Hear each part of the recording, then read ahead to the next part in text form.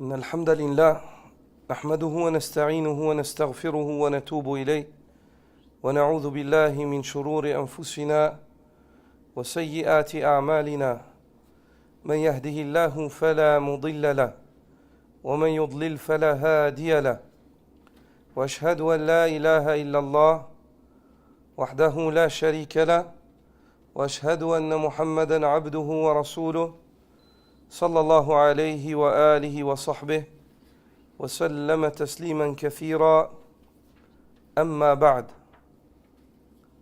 En cette journée du 15 de Jumad al-Oula, correspondant au 9 décembre 2022, nous continuons l'étude du livre A'lam al-Sunnah de Hafiz al-Hakami rahmatullahi alayh. Dans le cours de la semaine passée, nous avons entrepris l'étude de l'introduction de l'auteur. Et nous avons évoqué le fait qu'il ait bâti cette introduction sur les 4 fondations sur lesquelles les gens de la Sunna sont unanimes que les écrits, les livres doivent être bâtis. Ces 4 fondations-là sont le fait de commencer par la basmala, de suivre par Alhamdallah, puis ensuite l'attestation de foi qui témoigne de l'unicité d'Allah et qui témoigne de la prophétie du prophète sallallahu alayhi wa sallam. Puis après cela, la salutation sur ceux qui ont des mérites sur nous, à leur tête le messager d'Allah, prière et salutation, sallallahu alayhi wa sallam, ainsi que les gens de sa noble famille et ses compagnons et ceux qui les suivent en tout bien. Dans ce cours aujourd'hui, on va entamer l'étude de l'introduction en soi, mot à mot, ce qu'il a évoqué et pourquoi il l'a évoqué, rahimahullah. Notez, ayyuha al-ikhwa, et relevez que cette introduction, l'auteur l'a divisée en 7 parties. La première des parties, c'est la basmala. Les 4 premières, vous les avez, c'est celles qu'on a vues la semaine passée, n'est-ce pas? Donc la basmala, 1. La hamdala, 2. Les 2 témoignages, 3. La salat et le salam sur le prophète sallallahu alayhi wa sallam, ainsi que les gens de sa noble famille et ses nobles compagnons et ceux qui les suivent en tout bien. 4. La 5e, c'est le fait d'évoquer, de faire les éloges des compagnons du prophète sallallahu alayhi wa sallam. Il les a évoqués et évoqué leurs caractéristiques, il a fait leurs éloges, ainsi que de ceux qui suivent leur chemin. La 6e, c'est le fait de qualifier son livre, de t'expliquer 1. Ce de quoi il traite. 2. Comment est-ce qu'il l'a écrit.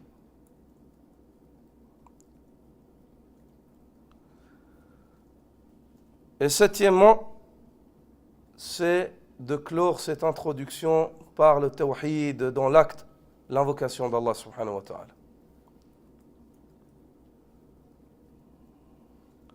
Et on va relever ces parties durant la lecture afin qu'il nous soit clair, que ce soit clair pour chacun d'entre nous.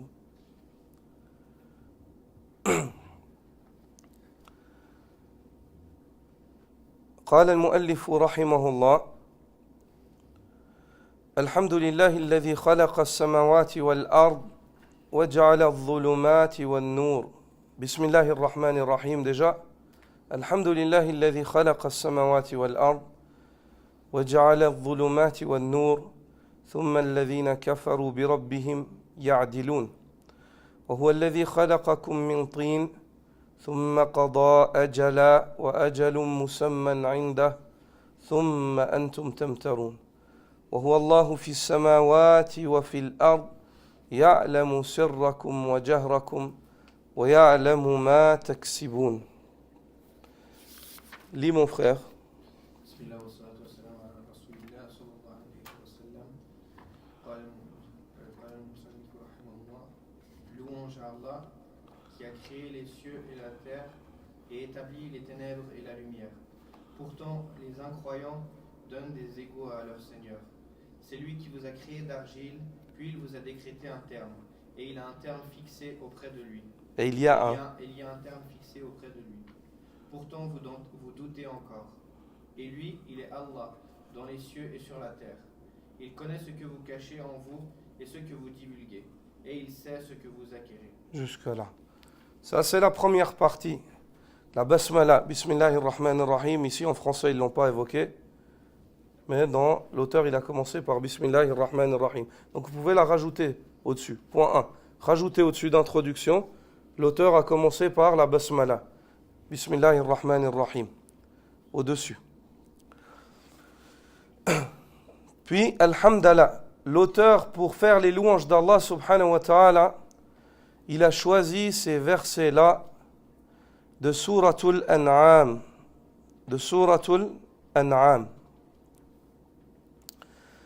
Ces versets-là, subhanallah, de Suratul An'am, ils commencent par Alhamdulillah. Rabbil alamin. Alhamdulillah, alladhi khalaqa as-samawati wal ard. Il commence par la louange d'Allah. Et il y a 5 sourates qui commencent par la louange d'Allah subhanahu wa ta'ala dans le Coran. Al-Fatiha, que vous connaissez tous. Alhamdulillahi Rabbil alamin. Ensuite, ce verset-là de Surat Al-An'am, c'est le début. Alhamdulillahi alladhi khalaqa as-samawati wal ard. Toutes ces sourates, elles commencent par Alhamd, la louange d'Allah. Surat Al-Kahf, Surat Saba et Surat Fatir. Ce sont ces 5 sourates-là qui commencent par Alhamdulillah.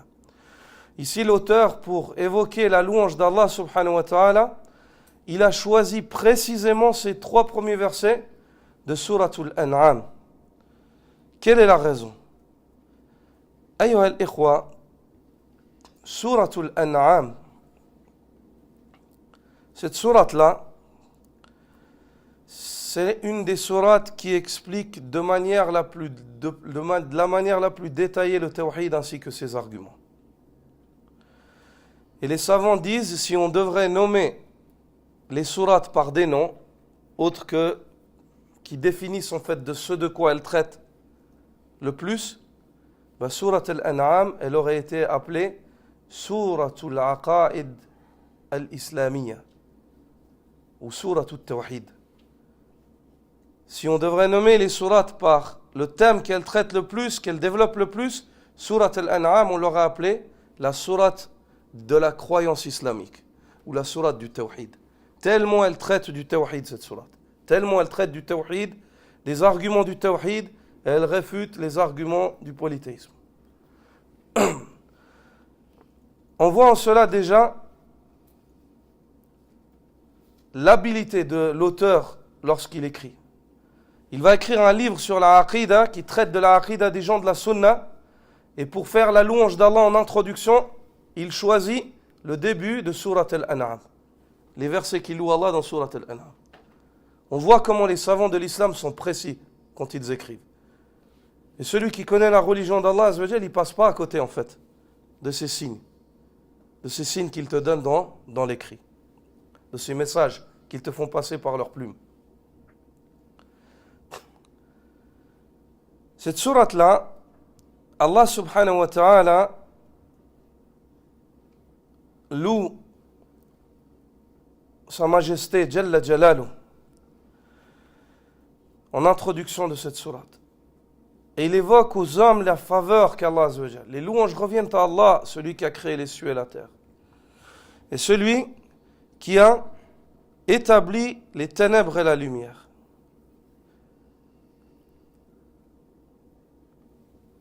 Pourtant, les incroyants donnent des égaux à leur Seigneur, malgré le fait que ce soit Allah qui a créé tout ça, cette création, et que c'est lui les loué. Les gens s'en vont à prendre pour divinité de la terre ou de l'argile qu'ils façonnent eux-mêmes, ou des cailloux, ou des êtres humains.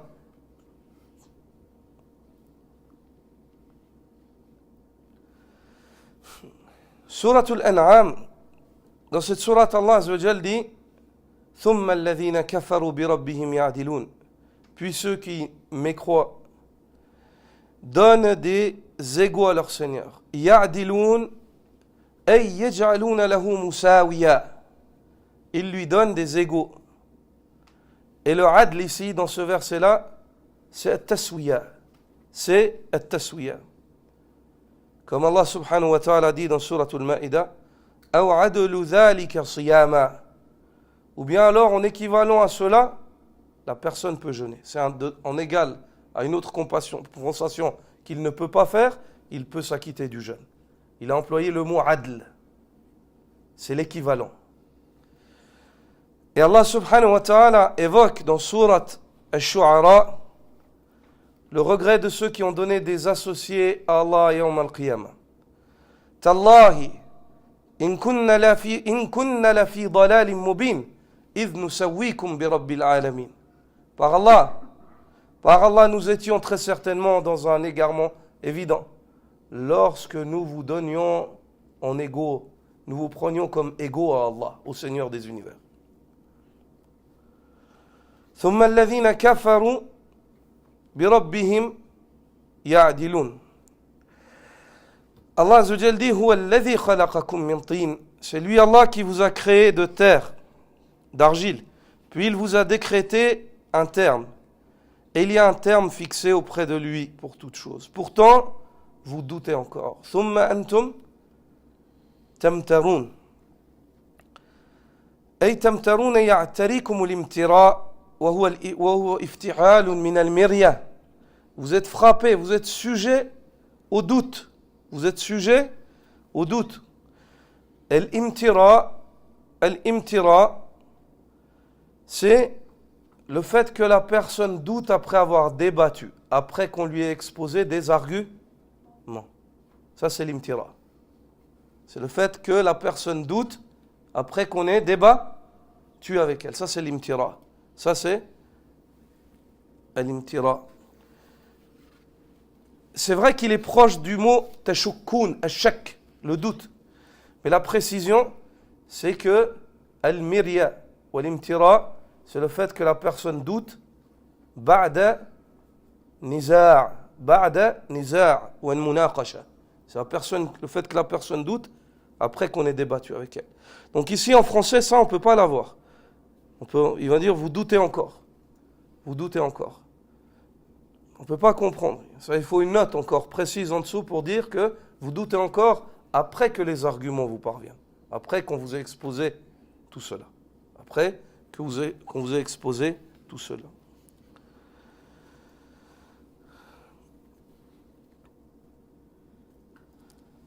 Continue, lis la deuxième partie. Là, on a vu Al-Basmala, on l'a vu la semaine passée, on ne va pas s'attarder, on ne va pas revenir dessus. Al-Hamdallah, on a vu le fait que l'auteur, il évoque ces 3 premiers versets de Surat Al-An'am. Pourquoi est-ce qu'il évoque ces 3 premiers? Il a choisi les versets de Surat Al-An'am pour faire les louanges d'Allah dans son introduction. Pourquoi? Comment? Parce qu'elle commence par les louanges, mais il y a d'autres sourates qui commencent. Pourquoi? Surat Al-An'am. Pourquoi cette sourate? Parce que c'est la sourate du Tawhid. Et que les savants ont dit, si on devait nommer les sourates par le thème qu'elles traitent et développent le plus, on aurait nommé Surat Al-An'am la sourate de la croyance islamique, ou la sourate du Tawhid. Non. Vu qu'il écrit sur le Tawhid, donc c'est adéquat d'employer ces versets-là. On voit la science de l'homme, subhanallah.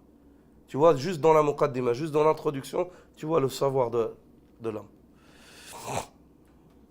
Je témoigne qu'il y a des... Ici, on passe dans la deuxième partie. Dans la deuxième partie. Et dans cette deuxième partie, il dit wa ashhadu an la ilaha illallah wahdahu la sharika la ahadun samad lam yalid wa lam yulad wa lam yakun lahu kufuwan ahad wa qalu ittakhadha Allahu walada subhanahu bal lahu ma fi as-samawati wal ard kullun lahu qanitun badi'u as-samawati wal ard wa idha qada amran فإنما يقول له كن فيكون وربك يخلق ما يشاء ويختار ما كان لهم الخيرة سبحان الله وتعالى عما يشركون لا يسأل عما يفعل وهم يسألون. Ça c'est la deuxième partie, c'est le témoignage du tawhid, la shahada an la ilaha illallah. Je témoigne qu'il n'y a de divinité à part Allah, seul et sans associé. Il est unique, le seul à être imploré pour ce que nous désirons. Il n'a jamais engendré et n'a pas été engendré, et nul n'est égal à lui.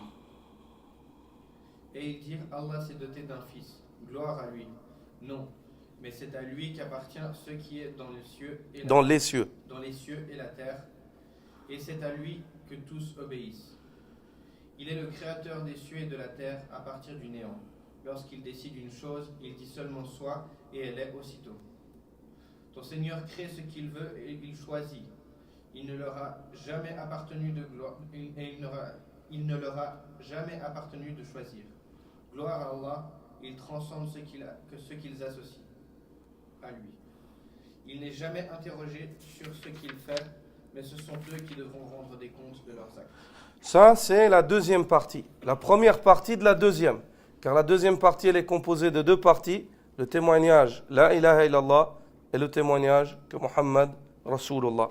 Cette deuxième partie-là, ayyuha al-ikhwa, l'auteur évoque à nouveau des versets. On a dit, comment ça s'appelle cette manière de faire? Le fait d'évoquer des versets sans dire Allah a dit. Al-iqtibas, al-iqtibas, al-iqtibas. Le fait d'évoquer des versets, d'appuyer ta parole avec des versets sans dire Allah a dit, ou bien des hadiths sans dire le prophète sallallahu alayhi wa sallam a dit. Est-ce que c'est permis? Oui, c'est permis. Oui, c'est permis. Non. Ici, dans cette deuxième partie, il évoque que Allah subhanahu wa ta'ala, il est as-samad. Il est as-samad. Il dit, je témoigne qu'Allah azza wa jal, je témoigne qu'il y a de divinité à part Allah, seul et sans associé. Il est l'unique. Ahadun samad. As-samad, c'est sayyidun kamil. Yaqsiduhu al-khala'iq fi hawaijihim. Samad, ce mot dans la langue arabe, ici on dit celui qui est imploré pour ce que nous désirons, c'est sayyidun kamil. Yaqsiduhu al-khala'iq fi hawaijihim. C'est un maître qui est parfait. Un maître qui est parfait, qui n'a aucun manquement. Et c'est celui dont les créatures, vers lequel se dirigent les créatures pour chaque besoin qu'ils ont. C'est celui vers lequel se dirigent les créatures pour chaque besoin qu'ils ont. Ensuite, lorsqu'il dit, il évoque ici le verset, il dit, nul n'est égal à lui, walam yakun lahu kufuwan ahad. Al-kufu, c'est al-mumathil, c'est l'égal, c'est al-mumathil, c'est celui qui est égal, entièrement égal à parts égales. Allah azza wa jal n'a pas d'égal. Et lorsqu'il évoque la parole d'Allah subhanahu wa ta'ala, kullun lahu qanitun, et ici ils ont traduit cela par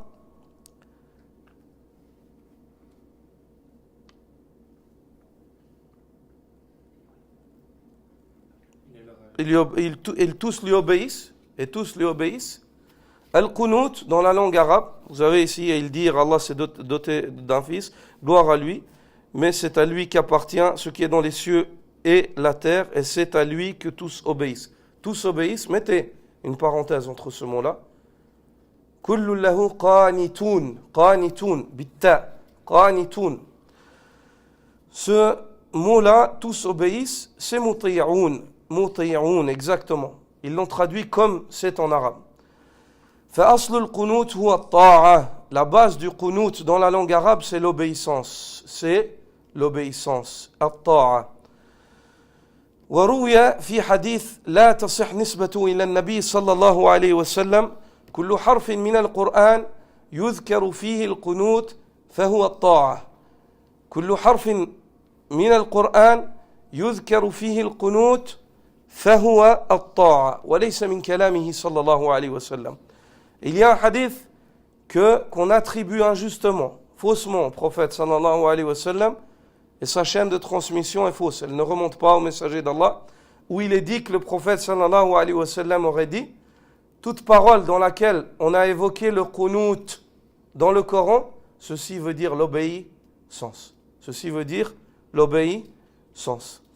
Mais même si cette parole ne remonte pas, et ce n'est pas un hadith, elle ne remonte pas au prophète sallallahu alayhi wa sallam, néanmoins, il y a certains parmi les salafs, les tabi'in et les premières générations qui ont traduit cela comme ça, qui ont dit al-qunut at-ta'a. Et parmi eux, Qatada.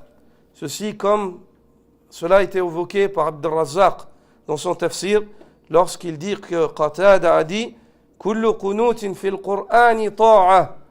Toute parole où le qunut est évoqué dans le Coran, ceci veut dire l'obéissance à Allah subhanahu wa ta'ala. Mais cette interprétation-là et ce tafsir-là, cette forme de tafsir, lorsqu'on traduit, il y a une parole et une expression, et on dit que chaque fois que tu trouves ça dans le Coran, ça veut dire ça, yusamma kulliya, min kulliyat at-tafsir. C'est des généralités dans le tafsir. On appelle ça des généralités, des interprétations générales, globales, des interprétations générales. وهي كلية لفظية, c'est une interprétation générale englobatrice dans l'expression. Ça veut dire quand tu apprends cette forme de tafsir là, tu sais que chaque fois que tu lis le mot qunut dans le Coran, tu as compris ce que ça veut dire. Ça s'appelle des kulliyat. Et il y a des kulliyat lafdhiya et il y a des kulliyat ma'nawiya. Ici, c'est une kulliya lafdhiya dans l'expression. Chaque fois que tu trouves le mot qunut dans le Coran, tu dis ça veut dire l'obéissance. Ça veut dire l'obéissance. Et majoritairement, les savants du tafsir ont interprété le qunut de cette manière-là. À exception faite de certains parmi les ulama, anciens déjà, qui avaient un problème dans le fait d'interpréter le qunut d'une manière générale, de dire chaque fois ça veut dire l'obéissance. Parce que, typiquement, le problème chez eux, il revient à ce verset-là. Kullu lahu qanitun, ce verset-là, dans la parole d'Allah subhanahu wa ta'ala, kullu lahu qanitun, badi'u as-samawati wal ard, bal lahu ma fi as-samawati wal ard, kullu lahu qanitun. De Surat al-Baqarah, ce verset-là de Surat al-Baqarah est dans Surat al-Rum. Lorsqu'Allah Azza wa Jalla dit وَلَهُ مَا فِي السَّمَاوَاتِ وَالْأَرْضِ كُلٌّ لَهُ قَانِتٌ. À lui appartient ce qu'il y a dans les cieux et sur la terre, ils sont tous obéissants vis-à-vis d'Allah. Parmi eux, certains parmi les savants ont trouvé problématique cette interprétation en disant que c'est l'obéissance. Parce qu'ils disent, mais tout le monde n'obéit pas à Allah. Si on dit que c'est l'obéissance, كُلٌّ لَهُ قَانِتٌ, toute chose obéir dans Surat al-Baqarah et dans Surat al-Rum, ces deux versets-là, si on dit que toute chose, quand Allah parle des croyants, il dit ils sont qanitoun, les croyants, on comprend, ils obéissent à Allah. Mais quand Allah dit tout le monde, ça englobe les non-croyants et les désobéissants. Comment est-ce qu'ils obéissent à Allah? Comment est-ce qu'ils obéissent à Allah? Donc ça leur a posé un problème au niveau de l'interprétation. Mais l'imam al-Baghawi, rahimahullah, lorsqu'il interprète, il évoque dans le tafsir de Surat al-Baqarah, وَلَهُ مَنْ فِي السَّمَاوَاتِ وَالْأَرْضِ كُلٌّ لَهُ قَانِتٌ, il dit مُطِيعُونَ, il dit ça veut dire obéissant. Et il dit قَالَ الْكَلْبِ هَذَا خَاصٌ لِمَنْ كَانَ مِنْهُمْ مُطِيعًا. Ce verset-là désigne juste ceux qui sont obéissants.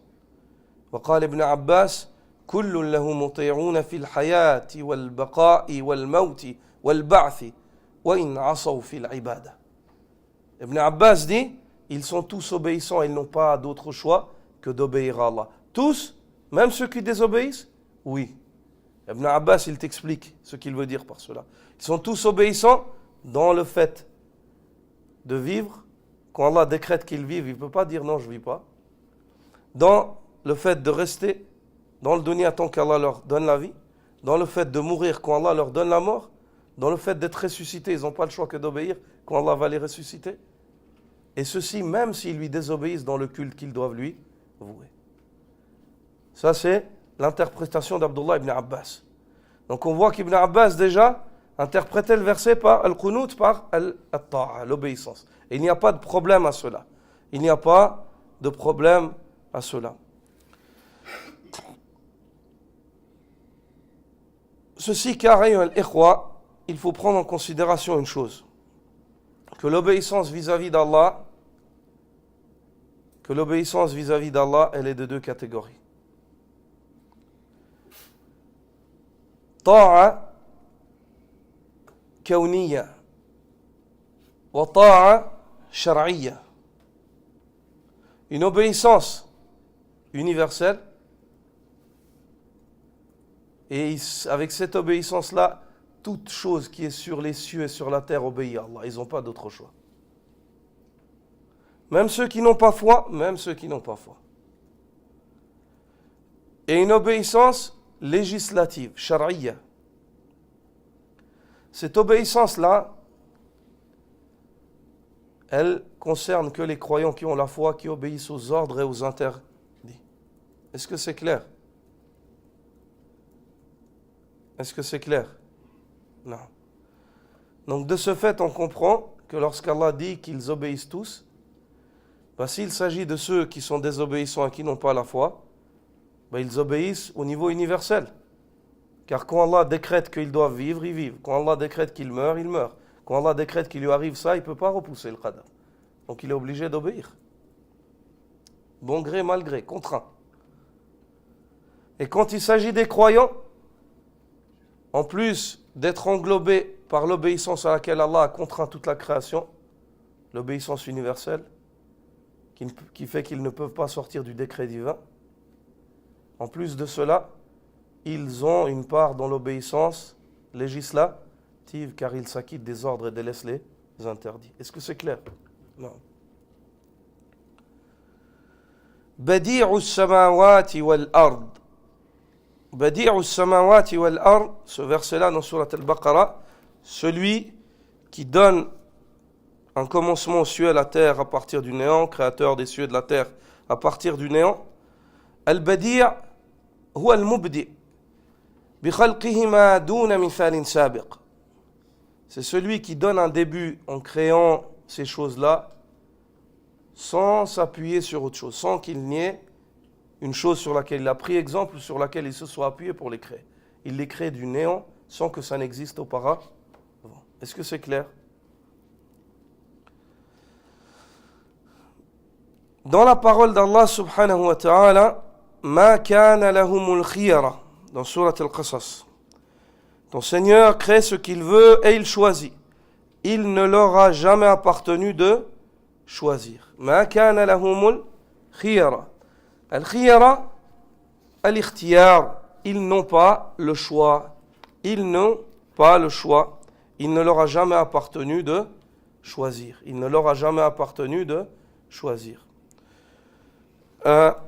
Subhanallah wa ta'ala amma yushrikun. Gloire à Allah. Il est bien au-delà de ce qu'ils peuvent lui donner comme associé. Ce verset-là, mettez une note dans ce verset-là. Ce verset-là t'enseigne qui est Allah et il t'enseigne qui tu es. Il enseigne à l'homme qui est Allah et il enseigne à l'homme qui il est. Quant à Allah, c'est le souverain, le maître absolu, c'est lui qui choisit.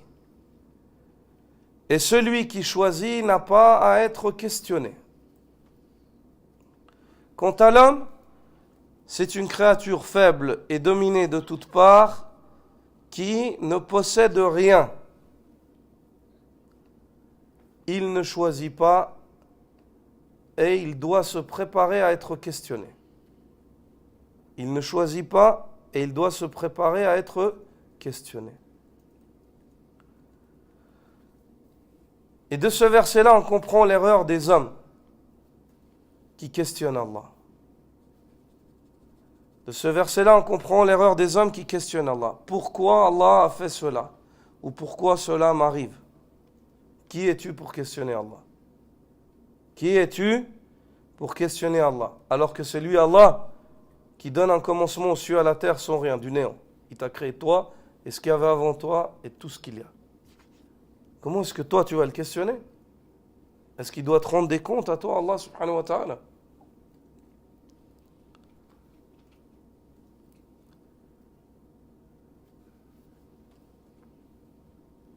Et de ce fait, l'homme doit questionner, mais il doit se poser la bonne question.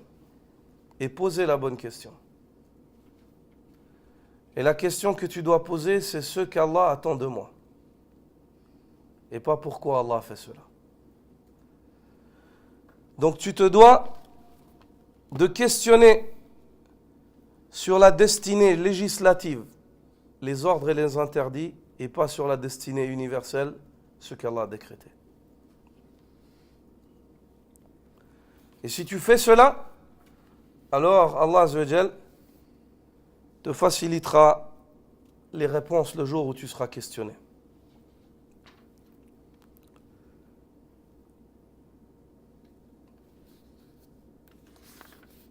On passe à la deuxième partie de cette deuxième partie, qui est le témoignage que Mohammed est le messager d'Allah.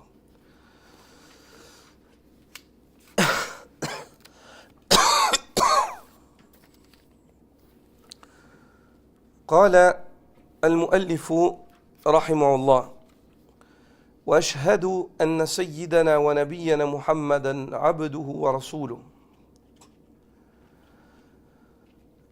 أرسله بالهدى ودين الحق ليظهره على الدين كله ولو كره المشركون. Et je témoigne que notre maître Muhammad sallallahu alayhi wa sallam est son serviteur et messager.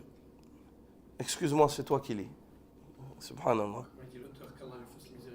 Je témoigne que notre maître Muhammad Sallallahu alayhi wa sallam est son serviteur et messager, qu'il a envoyé avec la guidée et la religion de vérité pour la placer au-dessus de toute autre religion en dépit de l'aversion des polythéistes. Non. Là, on est dans la deuxième partie de cette deuxième partie, le témoignage. La deuxième partie de cette deuxième partie. Lorsque il dit qu'Allah Azza wa Jalla a envoyé le prophète sallallahu alayhi wa sallam avec Al-Huda, déjà il y a plusieurs points à noter. Le premier, c'est le fait qu'il témoigne que Mohammed est un serviteur, avant de témoigner du fait que ce soit un messager. Son serviteur et messager. Serviteur d'Allah et messager. Il y a en cette forme de témoignage un grand message. L'équilibre des gens de la Sunna dans leur foi en leur prophète. فهو عبد لا يعبد ونبي لا يكذب. C'est un serviteur, on ne l'adore pas. C'est un prophète, on ne le traite pas de menteur.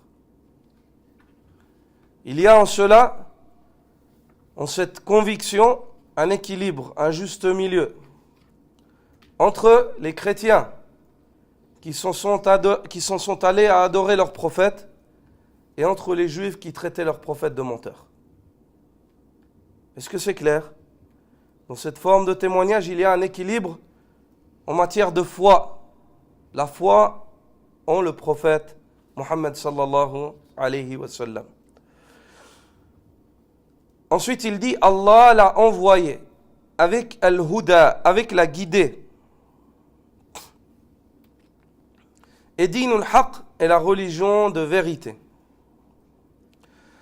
Al-Huda, la guidée, ayyuha al-ikhwa, il fait allusion à la parole d'Allah. وَالَّذِي أَرْسَلَ رَسُولَهُ بِالْهُدَى وَدِينِ الْحَقِّ لِيُظْهِرَهُ عَلَى الدِّينِ كُلِّهِ. Dans Surat At-Tawbah notamment, ainsi que dans Al-Fath.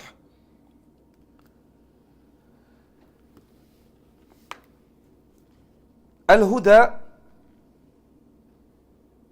c'est Al-Ilm Nafi'. Al-Huda, la guidée, c'est la science bénéfique.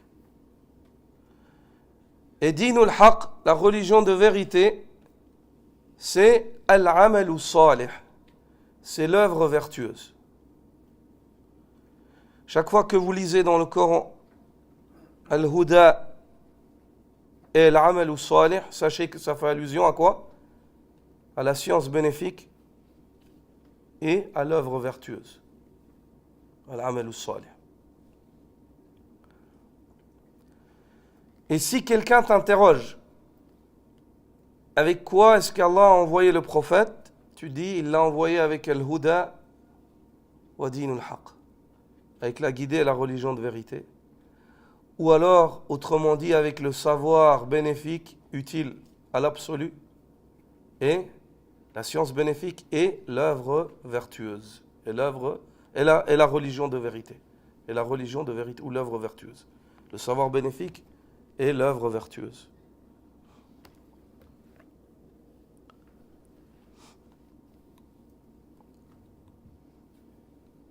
Et sachez qu'entre ces deux-là, il y a le sirat al-mustaqim. Il y a le sirat al-mustaqim, le droit chemin. Le droit chemin, il est entre le fait d'apprendre la vérité par le biais du savoir bénéfique et de traduire cet apprentissage par la mise en pratique d'œuvres pieuses. Ça, c'est as-sirat al-mustaqim. Et ce qui va en opposer à ce sirat-là, c'est le fait que les connaissances de l'homme se voient corrompre, et avec cela, il tombe dans les ambiguïtés et le dalal, l'égarement, ou alors que les œuvres de l'homme soient corrompues après qu'il connaisse la vérité, et avec cela, il tombe dans la colère d'Allah subhanahu wa ta'ala. Lorsque ses connaissances sont corrompues, il tombe dans les ambiguïtés. Lorsque ses œuvres se corrompent, il tombe dans le suivi des passions. Il tombe dans le suivi des passions. Et ici, dans cette introduction-là, l'auteur, après avoir témoigné de deux témoignages, Ashhadu an la ilaha illallah wa ashhadu anna Muhammadan Rasulullah, il fait à nouveau allusion à ces deux points-là. Il fait allusion et il met en évidence la voie sur laquelle nous sommes, qui est la voie du savoir bénéfique et de l'œuvre vertueuse. Et ceci, c'est la sunna du ulama. L'imam al-Bukhari, rahimahullah, dans son sahih, si vous ouvrez la table des matières et que vous regardez les chapitres, vous trouverez très intéressant la manière comme il a réparti en fait et chapitré son sahih. Le premier des chapitres, c'est Kitabu Bad'ul Wahi, le livre qui traite du début de la révélation. Donc on comprend que cette religion-là, la base de cette religion, c'est quoi? C'est la révélation. C'est pas les rêves des hommes, c'est pas la philosophie, c'est la révélation. C'est Jibril qui vient, qui enseigne. Allah dit et c'est comme ça. C'est fini. Le livre qui suit cela, c'est Kitabul Iman, le livre de la foi. On comprend de l'imam al-Bukhari que nous, en tant que musulmans, notre foi, on l'attire de la révélation. Et pas de la philosophie, ou de ce qu'on pense, ou de notre logique, ou de notre raisonnement. Et le livre qui suit cela, c'est Kitabul Ilm, le livre du savoir. On comprend que cette révélation, nous, on n'y était pas témoins. Et on doit avoir une foi qui est conforme à cette révélation, alors il faut qu'on revienne à la science. Cette science-là qui a renfermé ce qu'il y avait dans cette révélation. Kitabul Ilm.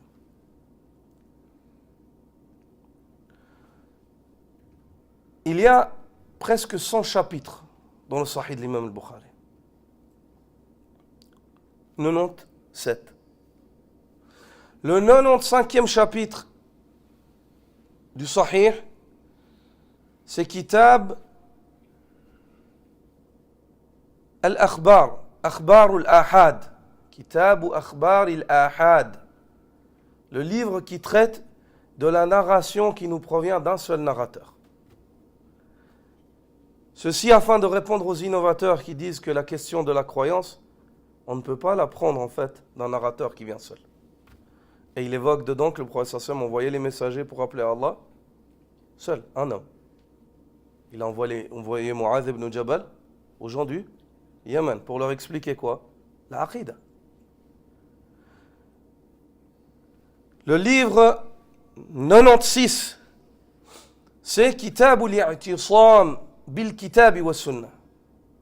Livre qui traite de l'importance de l'accrochement au livre et à la sunna.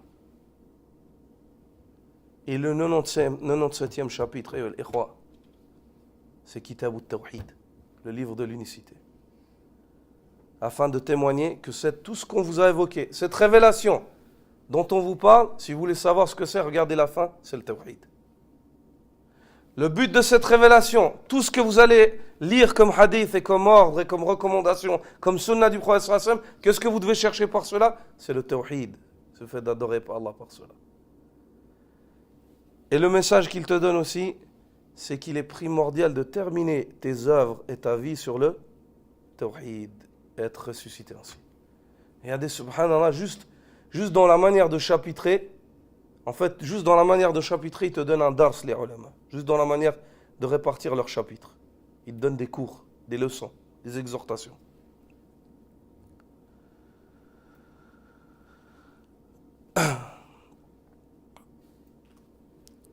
Naam. On continue de lire la suite, Inch'Allah.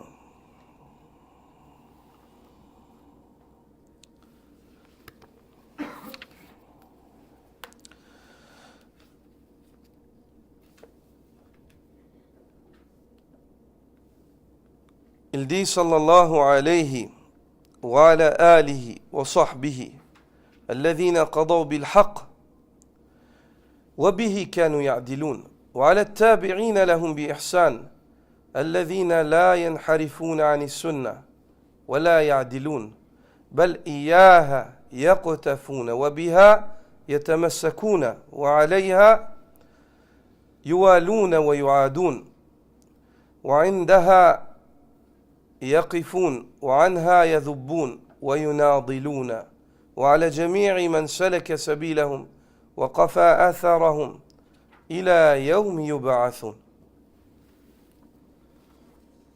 Comme a dit l'auteur, qu'Allah lui fasse miséricorde, que la prière et le salut d'Allah soient sur lui, sallallahu alayhi wa sallam, ainsi que sur sa famille et ses compagnons, qui jugeaient et établissaient la justice en toute vérité, ainsi que sur ceux qui les suivent, avec bienfaisance et qui ne dévièrent point de la sunna.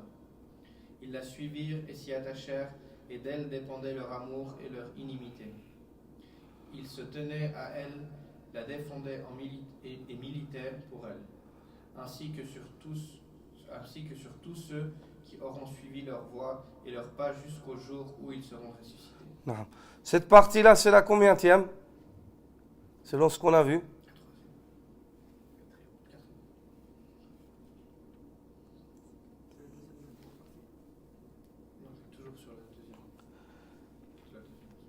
Ici, cette partie-là, jusque là où tu as lu, il y a combien de choses là-dedans? Il y a deux parties. Il y a la quatrième, et ça c'est la cinquième. Il y a la quatrième et la cinquième. Les frères, la première partie, la basmala. Deuxième partie, alhamdallah. Troisième partie, les deux témoignages. On vient de voir avant le témoignage que Mohammed est le messager d'Allah, on a clos. La quatrième partie, la prière et le salut sur le prophète sallallahu alayhi wa sallam ainsi que ses compagnons.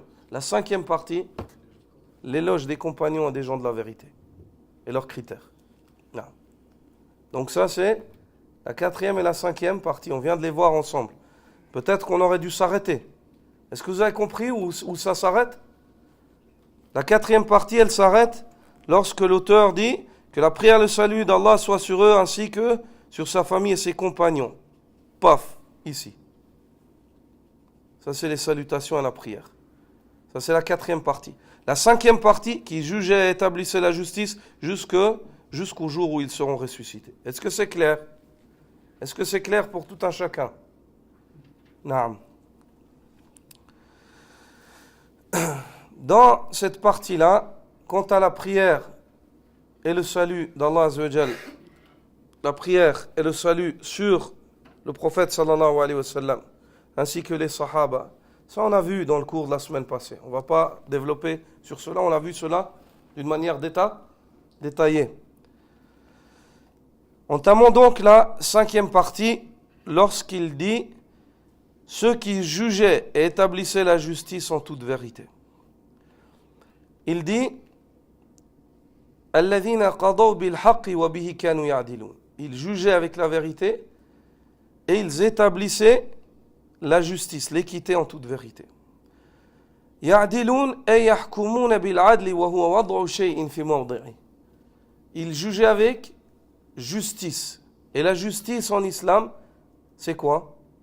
C'est وضع شيء في موضعه. C'est le fait d'établir une chose là où elle a sa place.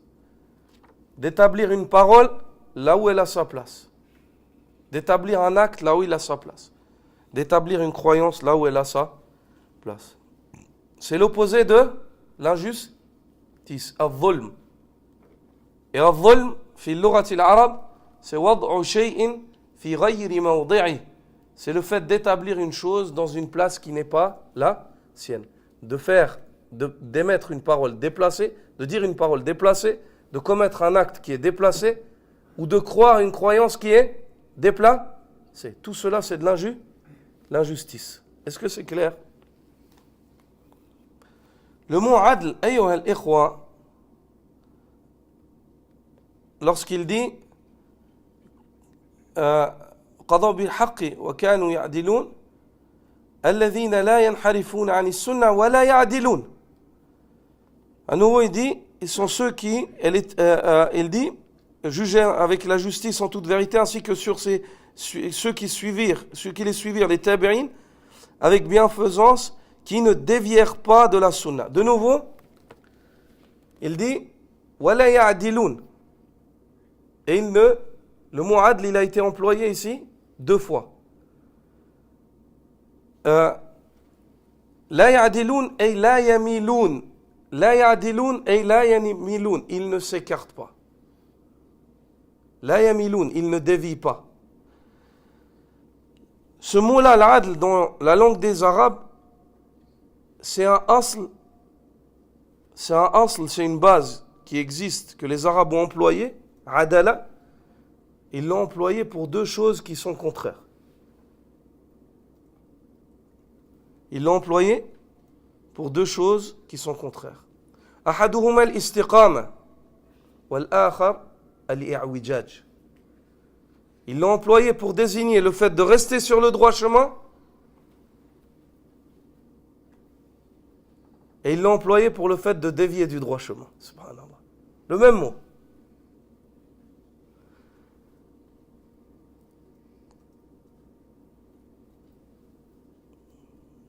Adala, bihi kanu ya'dilun. Allah, ici le cheikh il dit, et ils établissaient l'équité. Ya'dilun. Il a employé le verbe adala. Et pour dire qu'ils n'ont pas dévié, il dit la ya'dilun. Ils n'ont pas dévié. Donc dans un sens, ce mot-là, on l'emploie pour dire qu'ils sont restés, adala. Et dans un sens, adala, ça peut vouloir dire dévier. Subhanallah. Fil lughatil arab. Et ça,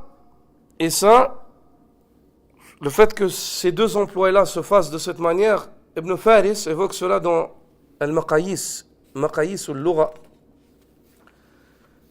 Et ça, chez les Arabes, lorsque le mot, elle vient avec 2 sens différents et avec la même construction, ce mot-là, yusamma jinas. Yusamma jinas, fi lughati al-Arab. الجناس هو ما اتفق في المبنى واختلف في المعنى. C'est le fait que le mot il soit similaire dans la construction adala, et qu'il soit opposé dans le sens. Comment est-ce que tu sais alors qu'est-ce que ça veut dire? Est-ce que ça veut dire c'est dévier ou est-ce que ça veut dire rester sur le droit chemin? C'est le contexte qui va dicter. C'est le contexte dans lequel tu emploies le mot qui va dicté, as-siyaq. As-siyaq.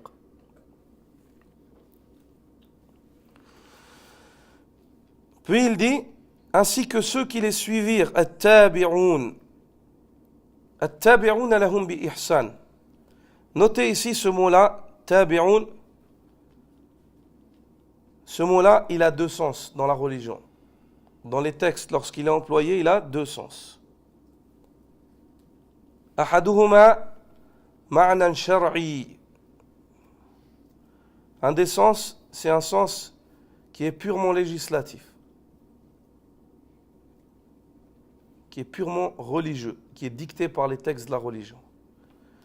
Et selon ce sens-là, quand on parle des tabi'oun dans les textes du Coran, dans le texte du Coran, on veut par cela les sahaba qui se sont convertis après la conquête de la Mecque. Ceux qui ont suivi les premiers compagnons qui s'étaient convertis avant. وَالَّذِينَ تَبَعُوهُمْ بِإِحْسَانٍ.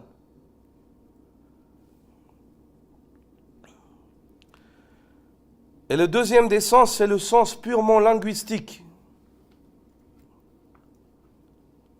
Et il désigne toute personne qui suit les compagnons du prophète sallallahu alayhi wa sallam dans l'ilm et l'amal. Qui suit les compagnons du prophète sallallahu alayhi wa sallam dans le savoir utile et dans l'œuvre pieuse.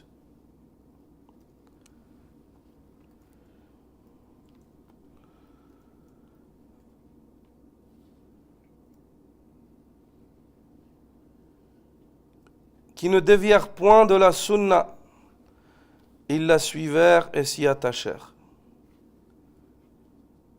Et d'elle dépendait leur amour et leur inimité. Ils se tenaient à elle, la défendaient et militaient pour elle.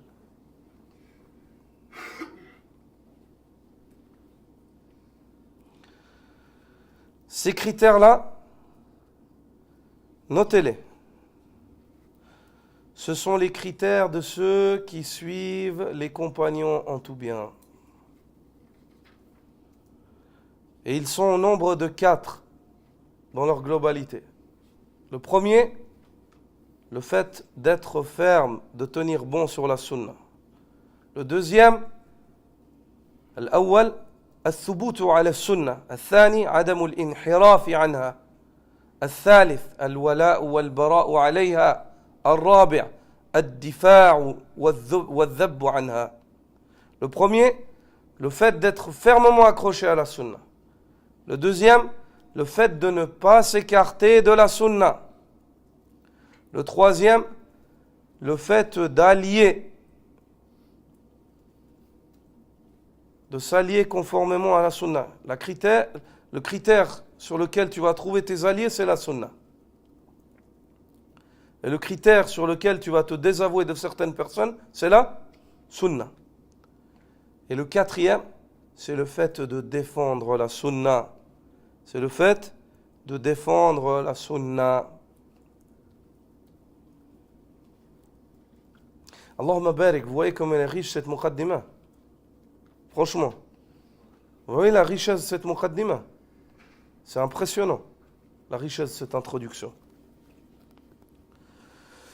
Quant au fait que l'auteur commence et il est évoqué les deux témoignages, Ashhadu an la ilaha illallah wa ashhadu anna Muhammadan Rasulullah, et ceci, j'aurais pu l'évoquer plus tôt, mais je voulais l'évoquer maintenant, à ce moment-là, après qu'on ait évoqué tout ça.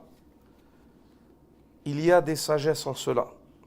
Ceci, conformément à un hadith qui est rapporté par Abu Daoud et authentifié par Cheikh al-Albani, sur l'Abu Hurayra radiyallahu ta'ala anhu, le prophète sallallahu alayhi wa sallam dit Kullu khutbatin laysa fiha tashahhudun fahiya kal yaddi al-jadma.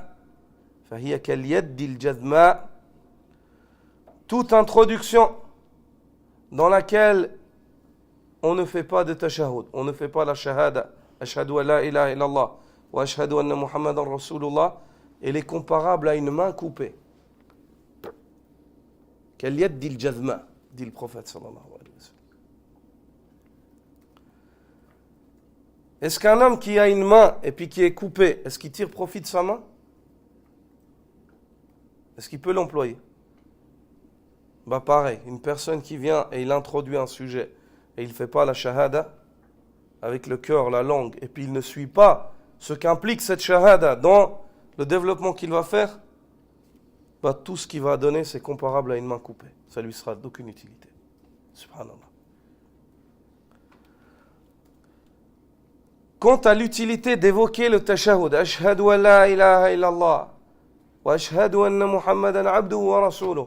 Quant au fait d'évoquer cela, l'utilité, premièrement, lorsque nous témoignons de cela, ceci fait allusion à l'évocation des deux conditions sur lesquelles repose l'acceptation de nos œuvres, qui sont le tawhid et le suivi du prophète sallallahu alayhi wa sallam.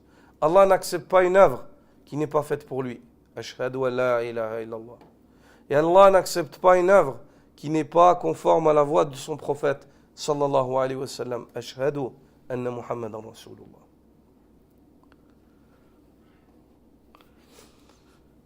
Ceci fait aussi allusion aux deux bases mères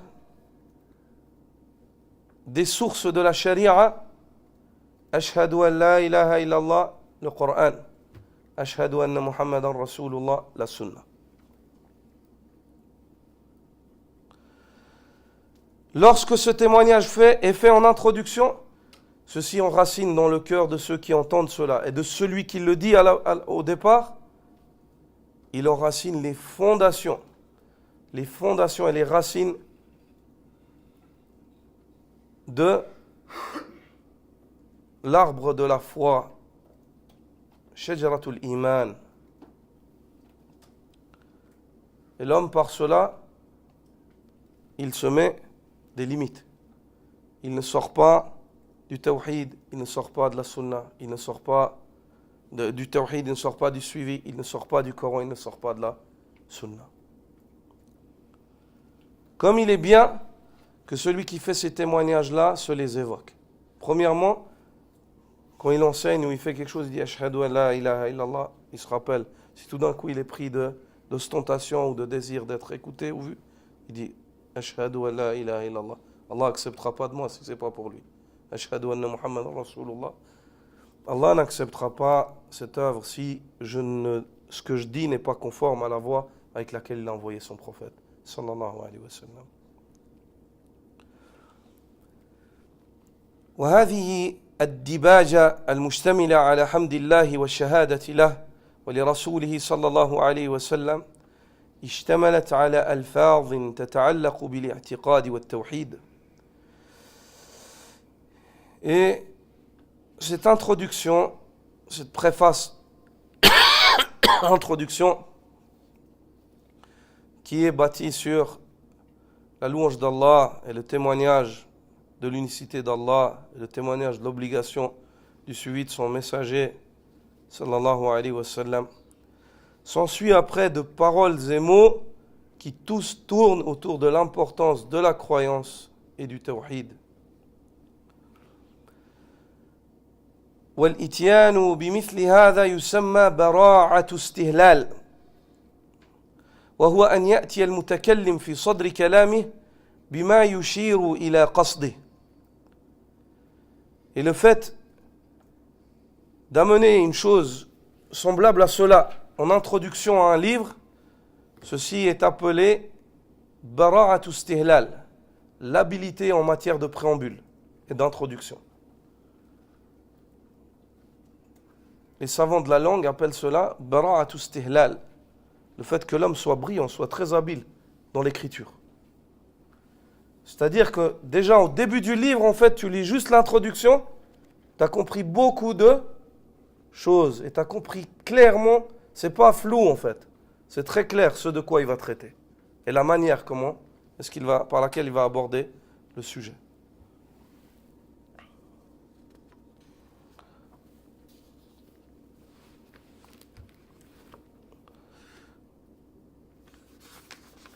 نعم.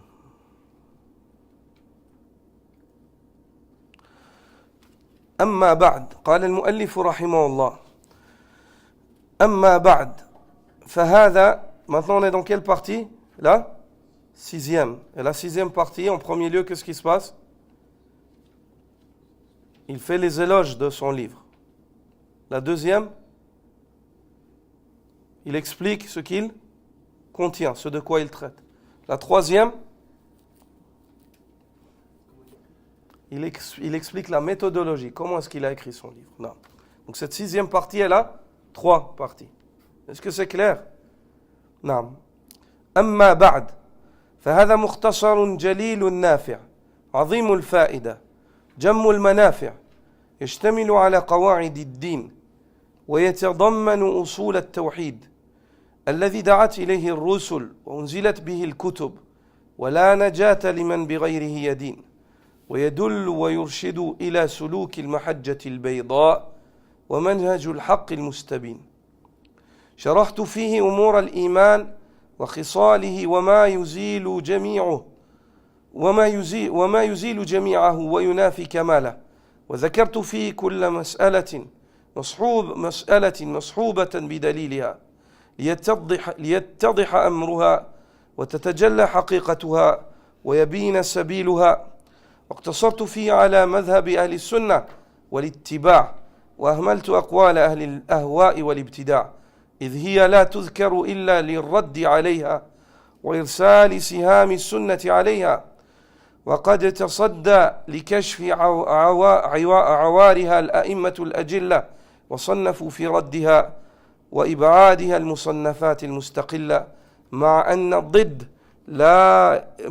الضد يعرف بضده ويخرج بتعريف ضابطه وحده فإذا طلعت الشمس لم يفتقر النهار إلى استدلال وإذا استبان الحق اتضح فما بعده إلا الضلال ورتبت على طريقة السؤال ليستيقظ الطالب وينتبه ثم أردفه بالجواب الذي يتضح الأمر به ولا يشتبه سميته أعلام السنة المنشورة لاعتقاد الطائفة الناجية المنصورة والله أسأل أن يجعله ابتغاء وجهه. Non, lis cela. J'ai même entrepris la dernière partie, mais tu lis jusqu'à là. Ceci est un précis important, bénéfique et très profitable, comprenant les bases de la religion et les fondements de l'unicité. Cette première phrase, ceci est un précis important, bénéfique et très profitable. Ça, à partir de là, on commence le point numéro 6. Et c'est le point 1 du numéro 6. C'est là où il vante son livre. Ça, c'est le point 1. C'est là où il vante son livre. الإخوة lorsqu'il dit هذا مختصر جليل نافع عظيم الفائدة جم المنافع, ceci est un précis important, bénéfique et très profitable. Ici, ils ont traduit en fait, l'auteur évoque 4 points, 4 caractéristiques par lesquelles il vante son ouvrage. أنه مختصر, le fait qu'il soit précis, c'est quelque chose qui est précis. وهو القليل اللفظ الجليل المعنى. Al-Mukhtasar, c'est une chose, un précis, un résumé, un concis. C'est une chose qui est concise dans les expressions, vaste dans les sens. Al-Mukhtasar. C'est le fait de venir avec peu de mots et de dire beaucoup de choses. On le voit juste dans l'introduction, subhanallah. Elle est courte cette introduction. En 5 minutes, tu peux la lire. Mais regardez tous les sens en fait qu'elle comprend. Deuxièmement, Azim. Azim. Ici, ils ne l'ont pas traduit. Ils ne l'ont pas traduit. Azim, c'est quelque chose de grand, de grandiose. Je ne vois pas pourquoi ils ne l'ont pas traduit. C'est un précis important. Ici, je pense par cela, ils font allusion à Jalil. Nafi'.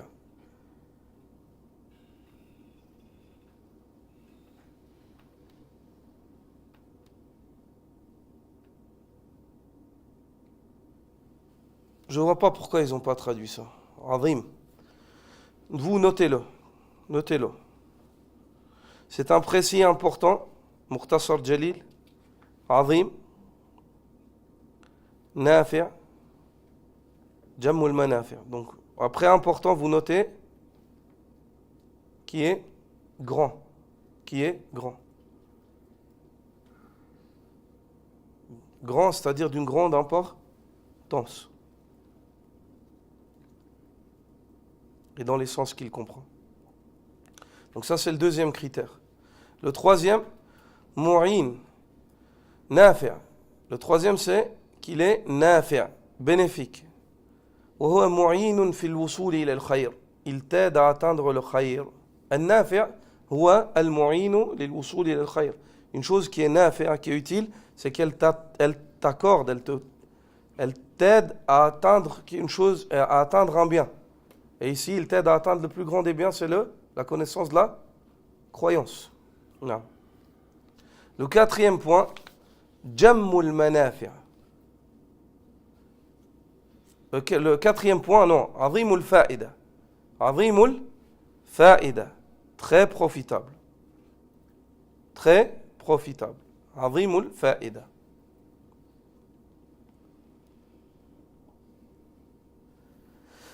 الفائدة هو استحداث خير مادي أو معنوي.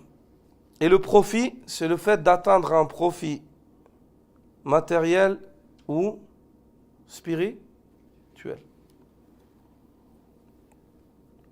Et ici, c'est le spirituel qui est visé. جم المنافع الجم الكثير المجتمع. جم المنافع, c'est qui a englobé tout ce qui te sera utile dans le thème. Jammul Manafi'. Jam, c'est l'endroit, c'est un endroit où tout est englobé. Tu as tout à portée de main. Donc ça, c'est rajouter. Si vous ne les trouvez pas, vous les rajoutez. Ce qu'ils sont en fait dans le texte en arabe. Je ne sais pas pourquoi les traducteurs, des fois, ils ne veulent pas se fatiguer en fait. Parce qu'en fait, le problème, c'est qu'en langue française, beaucoup de mots qu'on a dit ici, c'est des synonymes en fait. Tu ne vas pas trouver, tu vas devoir expliquer, interpréter. Quand tu traduis, il faut interpréter. Non, parce que vu que la langue en fait, dans laquelle tu traduis, t'interprètes, elle n'a pas en fait les mots adéquats pour pouvoir faire un, tu es obligé de mettre des notes, faire beaucoup de notes. Tu es obligé de faire beaucoup de notes. Sinon, les gens ils passeront à côté de points que l'auteur a évoqués. Qu'Allah Azza wa Jalla les récompense, quoi qu'il en soit, leur traduction est très bonne, c'est pas une critique. C'est pas une critique. Je suis personne pour critiquer, mais rajoutez ces points-là. Donc ici, l'auteur, il qualifie, il vante son livre par combien? 5 caractéristiques. Le premier, c'est qu'il est concis. Peu de mots, il dit beaucoup de choses. Le deuxième, c'est qu'il est grandiose, parce qu'il traite d'une affaire qui est très grande, qui est la aqida. Le troisième, c'est qu'il est bénéfique. Le quatrième, c'est qu'il est très profitable. Et le cinquième, c'est qu'il englobe tout le khayr dans le domaine de la aqida dont tu as besoin. Tout ce que tu as besoin de savoir dans la croyance, que tu dois savoir, alhamdoulilah, il est dans ce livre.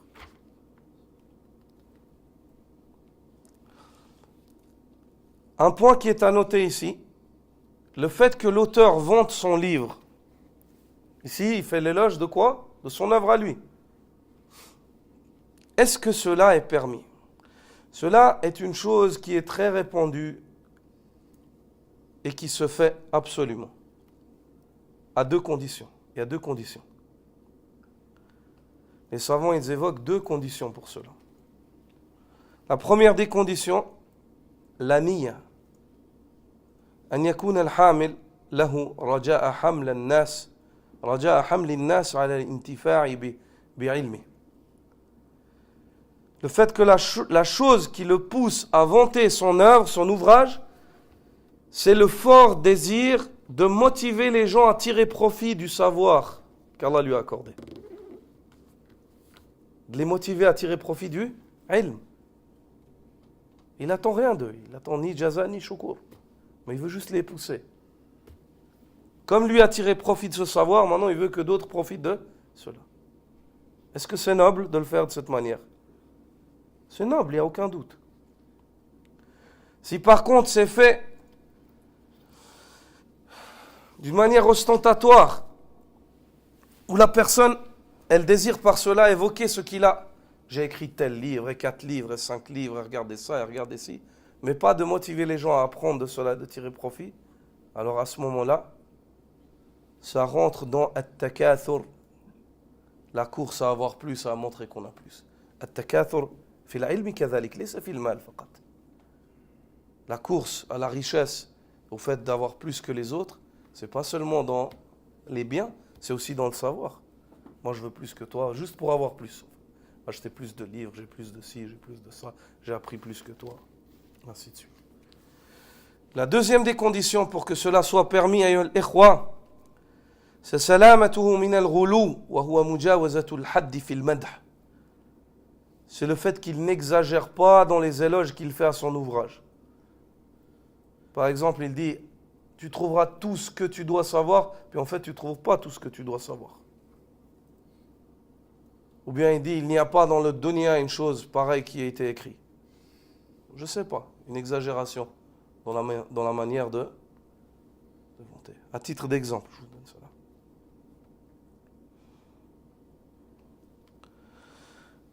Voici pour les éloges qu'il fait de son livre. Première partie de la 6, n'est-ce pas? Deuxième partie de la 6. Le fait qu'il évoque ce de quoi traite son livre. Et ceci lorsqu'il dit يشتمل على قواعد الدين ويتضمن أصول التوحيد الذي دعت إليه الرسل وأنزلت به الكتب ولا نجاة لمن بغيره يدين ويدل ويرشد إلى سلوك المحجة البيضاء ومنهج الحق المستبين شرحت فيه أمور الإيمان وخصاله وما يزيل جميعه أو ينافي كماله. Lis cela, mon frère. Non, juste ça, mon frère. Tu sais où on est ou pas? Oui. Oui.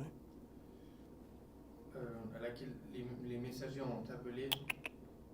Ça, en fait, je l'avais pas lu. Cet ouvrage indique et guide au chemin clair et à la voie de la vérité toute évidente. J'ai expliqué les questions et les caractéristiques de la foi, ainsi que ce qui annule dans sa totalité ou est... Non. Profitable. Comprenons les bases de la religion et les fondements de l'unicité. Comprenons, depuis là. Comprenons les bases voilà. de la religion et les fondements de l'unicité. Ce précis, maintenant, ça c'est le point numéro 2. À partir de là, notez.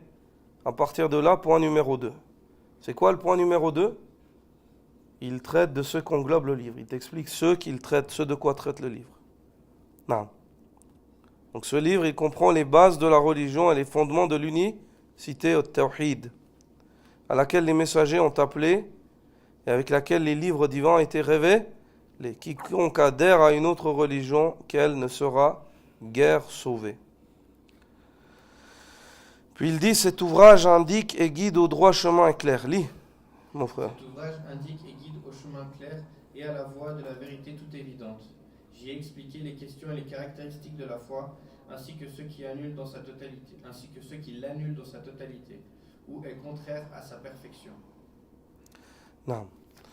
Ici, il traite du sujet, des sujets dont le livre traite. Le premier, c'est le fait que son livre, il traite de qawa'id-ud-din, des fondations de la religion, les bases et les fondations de la religion. Et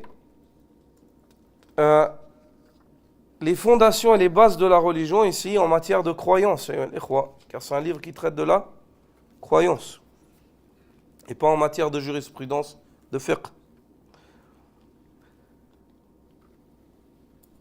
Le deuxième point, il traite des fondations, des fondements de l'unicité, du tawhid. Le tawhid d'Allah, l'unicité d'Allah, et ce qui l'implique, et ce qui est compris par celle-ci.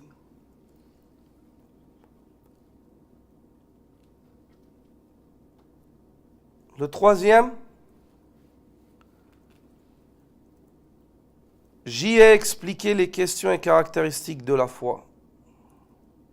C'est une explication qui traite de la foi.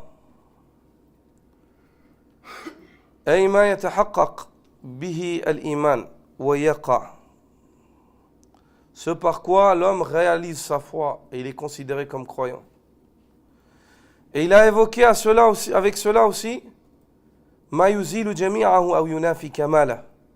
Il a évoqué ce qui abolit la foi ou ce qui fait régresser la complétude de foi. Ce qui s'oppose au fait que la foi soit complète ou ce qui l'abolit à l'absolu.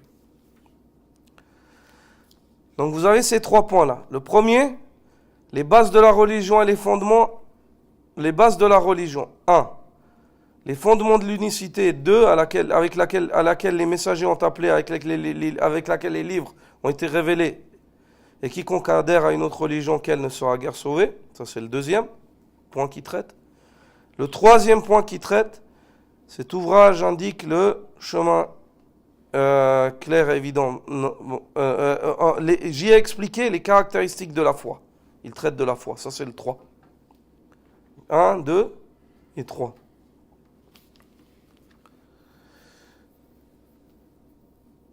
Et cette manière, lorsqu'il traite de la foi ici, juste dans cette introduction, il fait allusion et il t'enseigne le juste milieu sur lequel sont les gens de la Sunna. Il te parle de la foi, sa base,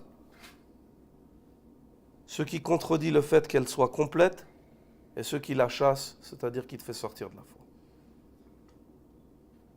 Juste dans cette manière de présenter la chose, il introduit la aqida des gens de la Sunna.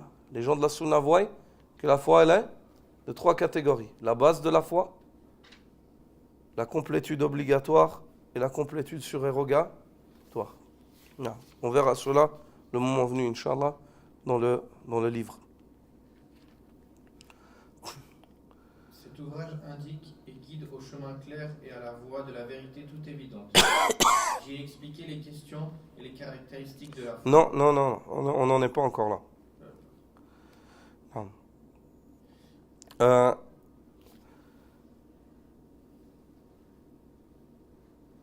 Il évoque ici, lorsqu'il te parle du tawhid, 3 points. Ces 3 points-là, il les évoque afin d'appuyer l'importance du tawhid. Le premier des points, lorsqu'il dit التوحيد الذي دعت إليه الرسل. Le tawhid vers lequel les messagers ont appelé. وأنزلت به الكتب. Celui avec lequel les livres et pour lequel les livres ont été révélés. ولا نجاة لمن بغيره يدين. Et il n'est pas concevable qu'une personne soit sauvée s'il n'est pas convaincu et il n'adhère pas à la religion monothéiste. Ces 3 caractéristiques sont des caractéristiques par lesquelles il appuie l'importance du tawhid. Le premier, c'est que tous les prophètes, ils ont été envoyés pour appeler au tawhid. Ani abudullah wajtanibu at-taghut. Adorez Allah, éloignez-vous du taghut. Tous les livres qui ont été révélés, ils ont été révélés sur cela. وَلَقَدْ أُوحِيَ إِلَيْكَ وَإِلَى الَّذِينَ مِنْ قَبْلِكَ لَإِنْ أَشْرَكْتَ لَيَحْبَطَنَّ عَمَلُكَ. On a révélé à ceux qui étaient là avant toi, si tu donnes des associés à Allah, Allah abolit ton œuvre. et le fait que l'homme ne saurait être sauvé, toutes ses œuvres se voient abolies s'il contredit le tawhid et meurt en s'étant opposé à cela. Puis maintenant, il va évoquer le troisième point du sixième. Donc le sixième point, le premier du sixième, c'était l'éloge du livre. Le deuxième, les thèmes qu'il traite. Le troisième, la méthodologie. Il va évoquer la méthodologie. Il dit وَذَكَرْتُ فِيهِ كُلَّ مَسْأَلَةٍ مصحوبة بدليلها ليتضح أمرها وتتجلى حقيقتها ويبين سبيلها واقتصرت فيه على مذهب أهل السنة والاتباع وأهملت أقوال أهل الأهواء والابتداع إذ هي لا تذكر إلا للرد عليها وإرسال سهام السنة إليها. نعم. J'y ai évoqué chaque sujet accompagné de son argument tiré du Coran et de la Sunna, afin qu'il soit clair, que sa réalité soit manifeste et que la voie à laquelle il mène soit évidente. Je me suis limité au dogme des gens de la Sunna. Ici, al-Ikhwa, lorsqu'il dit j'y ai évoqué chaque question. J'ai évoqué chaque question, chaque sujet accompagné de son argument tiré du Coran et de la Sunna afin qu'il soit clair et que sa réalité soit manifeste et que la voie à laquelle il mène soit évidente. Ici, il y a deux choses. Le premier, c'est la méthodologie. Une des méthodes sur lesquelles il a basé son livre, c'est le fait d'évoquer les questions, les sujets traités accompagnés des arguments du Coran et de la Sunna. Et il t'explique Mujibu dhalik. Pourquoi? Qu'est-ce qui l'a poussé en fait à faire cela? À évoquer les arguments à chaque fois. ليتضح أمرها وتتجلى حقيقتها ويبين سبيلها. Pourquoi est-ce qu'il fait cela ainsi? Il évoque cela ainsi afin qu'il soit clair, que le sujet soit clair, que sa réalité soit manifeste et que la voie à laquelle il mène soit évidente. Voilà la loyauté des gens de la Sunna en fait, dans leur intention, dans ce qu'ils désirent. Ils désirent t'appeler à la voie du prophète sallallahu alayhi wa sallam de la manière la plus claire. Ça c'est le manhaj du prophète. Si une personne dans sa da'wa il est clair, ses cours, ses enseignements, ses khutbahs, elles sont claires, et un jour tu ne le vois pas se contredire à l'opposé de ce qu'il a dit hier, et il change les avis du jour au lendemain comme ça, si tu le vois et que ses prêches ils sont clairs, tant le petit enfant que le grand et que toute personne arrive à comprendre, alhamdulillah, sache que c'est un signe, incha'Allah, qu'il est sur la voie du prophète sallallahu alayhi wa sallam. Car Allah Azza wa Jalla dit au prophète sallallahu alayhi wa sallam dans surat Yusuf, قُلْ هَذِهِ سَبِيلِ أَدْعُو إِلَى اللَّهِ عَلَى بَصِيرَةٍ أَنَا وَمَنِ اتَّبَعَنِي. Dis-leur au Muhammad, c'est ma voie. J'appelle à Allah avec une clairvoyance totale. Et le prophète sallallahu alayhi wa sallam dit, تَرَكْتُكُمْ عَلَى الْمَحَجَّةِ الْبَيْضَاءِ لَيْلُهَا كَنَهَارِهَا لَا يَزِيغُ عَنْهَا إِلَّا هَالِكٌ. Je vous ai laissé sur une voie claire et évidente. Elle est visible de jour comme de nuit. Ne s'égare de cette voie-là qu'une personne qui est vouée à la perte. Donc ça, c'est le premier caractéristique. Le deuxième caractéristique, je m'y suis. Je m'y suis limité au dogme des gens de la Sunna. Deuxième caractéristique, notez. Deuxième caractéristique, deuxième méthode dans sa méthodologie. Comment est-ce qu'il l'a écrit? Il s'est limité au dogme des gens de la Sunna. Relis. Je m'y suis limité au dogme des gens de la Sunna et de l'unité. Et j'ai délaissé les dires des gens des passions et de l'innovation, car ils ne sont cités que dans le but de les réfuter et de leur envoyer les flèches de la Sunna. Naam. Il dit, ça c'est le deuxième caractéristique. وَاقْتَصَرْتُ فِيهَا عَلَى مَذْهَبِ أَهْلِ السُنَّةِ وَالِاتِّبَاعِ. Je me suis limité à l'évocation du dogme des gens de la Sunna et de l'unité et du suivi. Et j'ai délaissé les dires des gens des passions et de l'innovation. Al-iqtisar, le fait de se limiter, l'iqtisar dans la langue arabe, wa dhikru shay'in wa tarku shay', c'est le fait d'évoquer une chose et de délaisser une autre, dont tu ne vois pas l'utilité de l'évoquer. ne voit pas l'utilité de l'évoquer. Puis ensuite, il évoque ce qui l'a poussé en fait à se limiter à. À chaque fois, il te dit, j'ai fait ceci, il t'évoque pourquoi. Subhanallah. Il dit, je me suis limité à ça. Ben ça, c'est la raison. J'ai évoqué les questions accompagnées de leurs arguments. Ben ça, c'est la raison. Dans ce but-là. Chaque fois, il t'évoque ce qu'il veut. Donc, il est transparent, subhanallah. On voit la transparence des savants de la sunna, leur loyauté. Il te dit ce qu'il t'enseigne, pourquoi il te l'enseigne, ce qu'il attend, ce qu'il veut de toi. Tandis que les innovateurs ou les personnes, ils mettent quelque chose sur la table, mais ils cachent une autre chose, parce qu'ils se disent, t'es pas encore prêt pour ça. C'est pas encore le moment. D'accord? Les gens de la sunna, non. Ils posent les cartes sur la table, et ils t'expliquent. Ils t'expliquent ce qu'ils veulent et ce qu'il y a à comprendre. Non. Il dit, il évoque la raison, إذ هي لا تذكر إلا للرد عليها وإرسال سهام السنة إليها. Ceci, car ils ne sont cités que dans le but de les réfuter et de leur envoyer les flèches de la sunna. Les flèches de la sunna, c'est les arguments. Non. Il faut prendre en considération qu'à la base, la aqida, qu'on parle de aqida, d'étude de la croyance, qu'on dit je veux étudier la aqida. Quelle aqida tu veux étudier? L'aqida des gens de la sunna.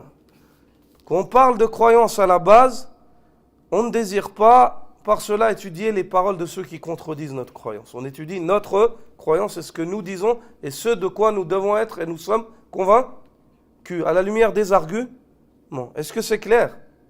À la base. Puis, ça c'est le premier pas dans l'étude de la croyance. C'est le fait d'apprendre la croyance des gens de la sunna. Puis si l'étudiant par la suite veut s'élargir, une fois qu'il a appris parfaitement sa croyance, à la lumière des arguments et qu'il est convaincu, et qu'il sait répondre, défendre ce sur quoi il est, alors à ce moment-là, il peut commencer à voir ce que disent les autres pour apprendre à leur répondre. Est-ce que c'est clair? Mais on ne commence pas à apprendre la croyance en voyant les sectes et ce qu'elles disent. Et aujourd'hui, subhanallah, malheureusement, avec Internet et les vidéos, tu trouves beaucoup de jeunes, ils vont écouter un tel, ouais, regarde ce qu'ils disent, les tels, mais là, tu l'assois et tu le fais s'asseoir. Tu lui dis, viens, on va voir ce que tu sais de la croyance des gens de la sunna. Il en est nulle part. Aussi, on voit certains prédicateurs et prêcheurs, ils s'assoient, ils enseignent des choses, des réfutations sur des sectes et des choses aux gens, alors qu'ils ne se sont jamais assis jusqu'aujourd'hui pour leur apprendre et s'enquérir est-ce qu'ils savent déjà la croyance des gens de la sunna. Et il fait partie de la loyauté d'enseigner aux gens déjà la sunna, la vraie, la vérité, la seule, l'unique. Une fois qu'ils la savent à la lumière des arguments, depuis là tu peux construire. Et tu peux t'élargir à partir de cela.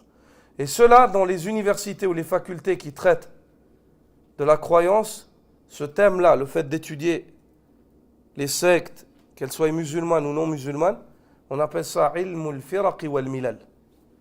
Le fait d'étudier les fractions et les nations. Les fractions et les nations. Leurs convictions, ce sur quoi ils se sont unis, ce sur quoi, et ainsi de suite. D'où est-ce qu'ils sont partis? Non.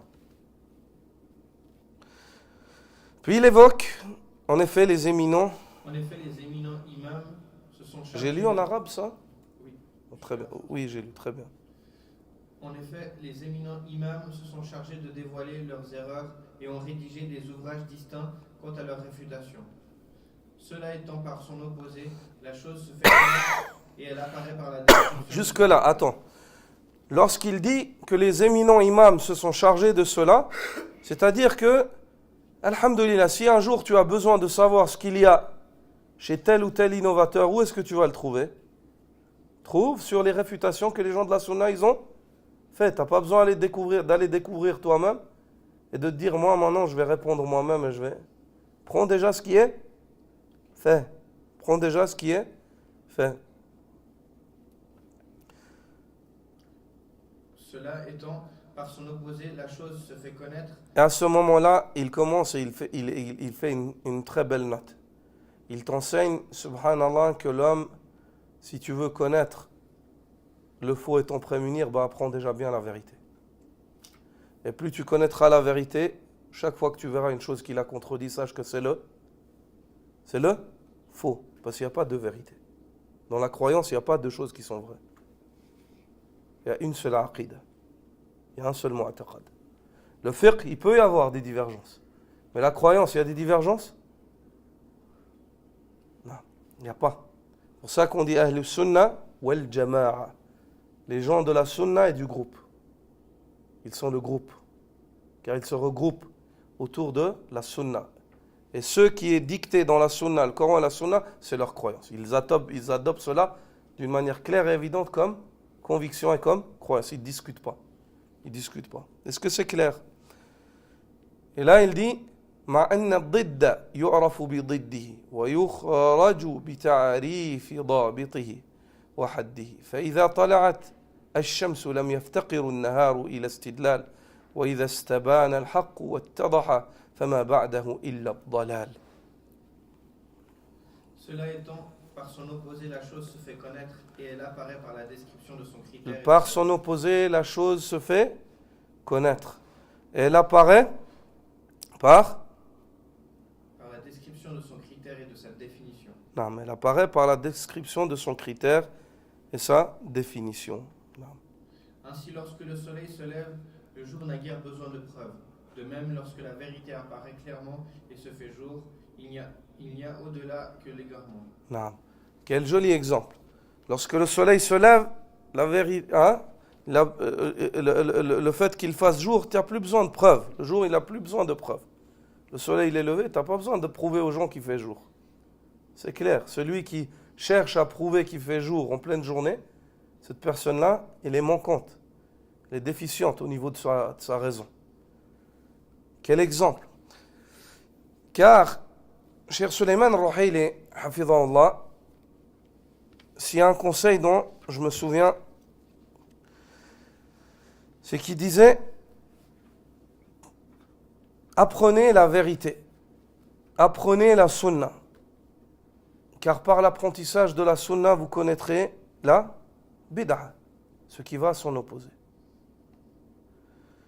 Il dit ceci est comparable au lever du soleil dans les ténèbres, parce que l'aube vient, puis tout d'un coup le soleil, il commence à se lever, la nuit elle s'en va, il n'y a plus de place pour les ténèbres. Amène la lumière. Tu chasses les ténèbres par l'arrivée de la lumière. Ils ne peuvent pas se rassembler. Si l'une devient forte, l'autre s'en va. Si l'une devient forte, l'autre s'en va. Et ici, dans cette expression, il dit فَإِذَا طَلَعَتِ الشَّمْسِ لَمْ يَفْتَقِرُ النَّهَارُ إِلَى استدلال. Lorsque le soleil se lève, le jour n'a guère besoin de preuves. Tu n'as pas besoin de prouver qu'il fait jour.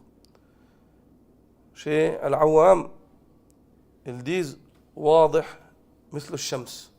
C'est clair comme le soleil, disent les Arabes, la masse des gens. واضح مثل الشمس. C'est clair comme le soleil. Quand tu as la sagesse, elle dit إذا جاء شخص في النهار يريد أن يقيم حجة وجوده النهار لاتهم بالسفاهة. Si un homme vient en pleine journée et il veut lever les arguments pour prouver qu'il fait jour, il sera accusé de faiblesse d'esprit. Al-Mutanabbi, le poète de l'époque abbasside, rahimahullah, disait وَلَيْسَ يَصِحُّ فِي الْأَفْهَامِ شَيْءٍ إِذَا احْتَاجَ النَّهَارُ إِلَى دَلِيلٍ. وليس يصح في الأفهام شيء إذا احتاج النهار إلى دليل. Dans la compréhension d'un homme, rien n'est raisonnable si pour lui il a besoin que tu lui amènes des arguments qui lui prouvent la présence du jour. Un homme, il est en rien raisonnable s'il a besoin, il attend des arguments pour qu'on lui prouve qu'il fasse jour. Alors que le jour, il est prouvé par son existence, c'est sa présence. Il n'y a même pas besoin de prouver ça. Non. Continue. J'ai organisé cet ouvrage. Ça, c'est le troisième fondement sur lequel, la troisième méthodologie sur laquelle il a établi son livre. Ça, j'ai lu aussi. وَرَتَّبْتُهُ عَلَى طَرِيقَةِ السُّؤَالِ لِيَسْتَيْقِظَ الطَّالِبُ وَيَنْتَبِهَ ثم أردفه بالجواب الذي يتضح الأمر به ولا يشتبه. J'ai lu ça? Oui, Allah, lis en français alors. J'ai organisé cet ouvrage sous forme de questions pour que l'étudiant prête attention, puis je les ai fait suivre de réponses par lesquelles les choses sont tirées au clair et ne prêtent plus à confusion. Je l'ai intitulé A'lam al-Sunnah al-Manshura al-I'tiqad al-Ta'ifa Al-Najiyah al-Mansura. Non. Ici, dans cette troisième partie, donc dans ce troisième point plutôt de cette partie, donc ça c'est la 6e partie où il te parle de son livre. La première, il te vante son livre sur 5 points, n'est-ce pas? La deuxième, il te parle de ce de quoi le livre traite sur 3 points. Et le premier des points, il évoque 3 arguments pour prouver, le deuxième des points, il évoque 3 arguments pour prouver l'importance du tawhid, n'est-ce pas? Puis, après cela, sur l'iman, il te dit qu'il a évoqué ce par quoi l'iman existe, ce par quoi il est aboli et ce par quoi qui contredit sa complétude. 3 points, n'est-ce pas? Maintenant, le troisième point, la méthodologie. Comment est-ce qu'il a écrit le livre? Il évoque 3 points. Le premier, il a évoqué les sujets qu'il a évoqués en les approchant par le Coran et la Sunna, afin que ce soit clair. Le deuxième point, les frères, celui qui précède là. Le deuxième point de notre troisième point du 6e point. Vous suivez ou pas? C'est juste ce que j'ai dit? C'est le deuxième point, celui d'avant, du troisième point, du 6e point. C'est vrai ou pas? Docteur, tu suis ou pas? C'est quoi le point qu'on vient de traiter juste avant, les frères? Exactement, il n'a pas évoqué les paroles des innovateurs. Pourquoi? Parce qu'à la base, c'est la sunna qui nous intéresse. Et il n'y a pas besoin, elles sont évoquées pour les réfuter. Il n'y a rien à tirer de leurs paroles, il n'y a aucun khayr. Et si tu apprends la sunna, tu connaîtras la bid'a. Très bien. Troisième point, du 6e point. On est toujours dans comment il a organisé le livre, mon frère. Tout ça, c'est comment il a organisé. Ça, c'est qu'il l'a organisé.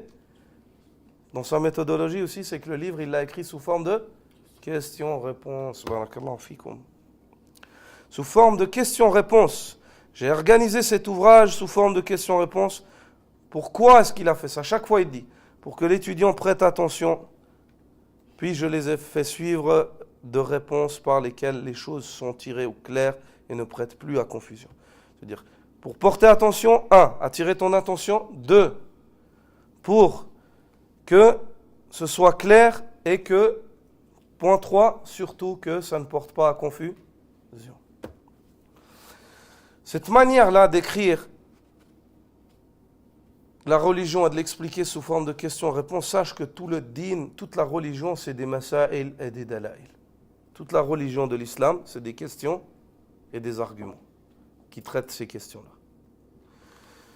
Et cette méthode-là d'enseigner ou de venir et d'appuyer une chose, une information par questionnement, premièrement, c'est une méthode divine. Allah, dans le Coran, des fois, il pose des questions et il répond. Vous avez lu des versets comme ça, n'est-ce pas? Qui a créé ceci? Qui a... Dis-leur qui a créé les cieux et la terre. Troisième point, c'est que cette méthode-là, c'est la méthode du prophète sallallahu alayhi wa sallam. Et parmi les hadiths que vous connaissez, le hadith de Jibril. Ou bien, lorsqu'il leur demande Atadrouna mal ghiba, savez-vous ce qu'est la médisance? Et ainsi de suite. Il y a beaucoup de ça dans la sunna, vous avez vu.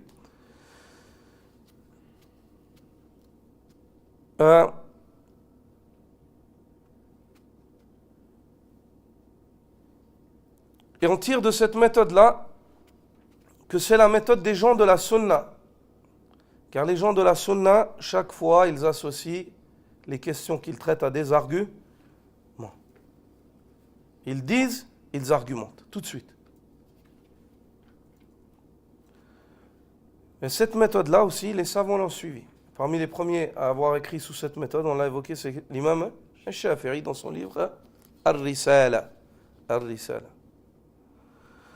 Puis lorsqu'il évoque la raison qui le pousse, qui l'a poussé à écrire ce livre sous forme de questions-réponses, il dit, afin d'attirer l'attention de l'étudiant. Afin d'attirer l'attention de l'étudiant. Et lorsqu'il évoque pourquoi est-ce qu'il a donné les réponses, c'est-à-dire il a écrit les questions pour attirer l'attention. Quand je te pose une question, ça attire ton attention? Regarde, avant il y en a certains qui dormaient. Dès que j'ai posé une question, je les ai vus ouvrir les yeux. Donc ça attire l'attention, ça marche. Et lorsqu'il évoque la raison pour laquelle il a donné les réponses, parce qu'il aurait pu poser juste les questions, puis te laisser répondre. La raison qu'il a poussé à donner les réponses, c'est afin que l'affaire soit claire et qu'il n'y ait pas d'ambiguïté. Non, il aurait voulu dire ça, ou la réponse, ça peut être comme ci ou comme ça. Non, il va te répondre lui. Prends ce qu'il te donne. Yallah, machi. Cette méthode-là, elle est très utile.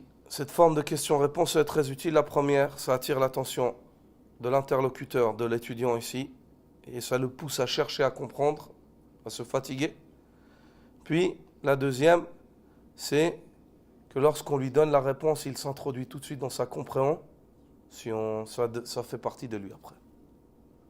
Tac, ça prend place.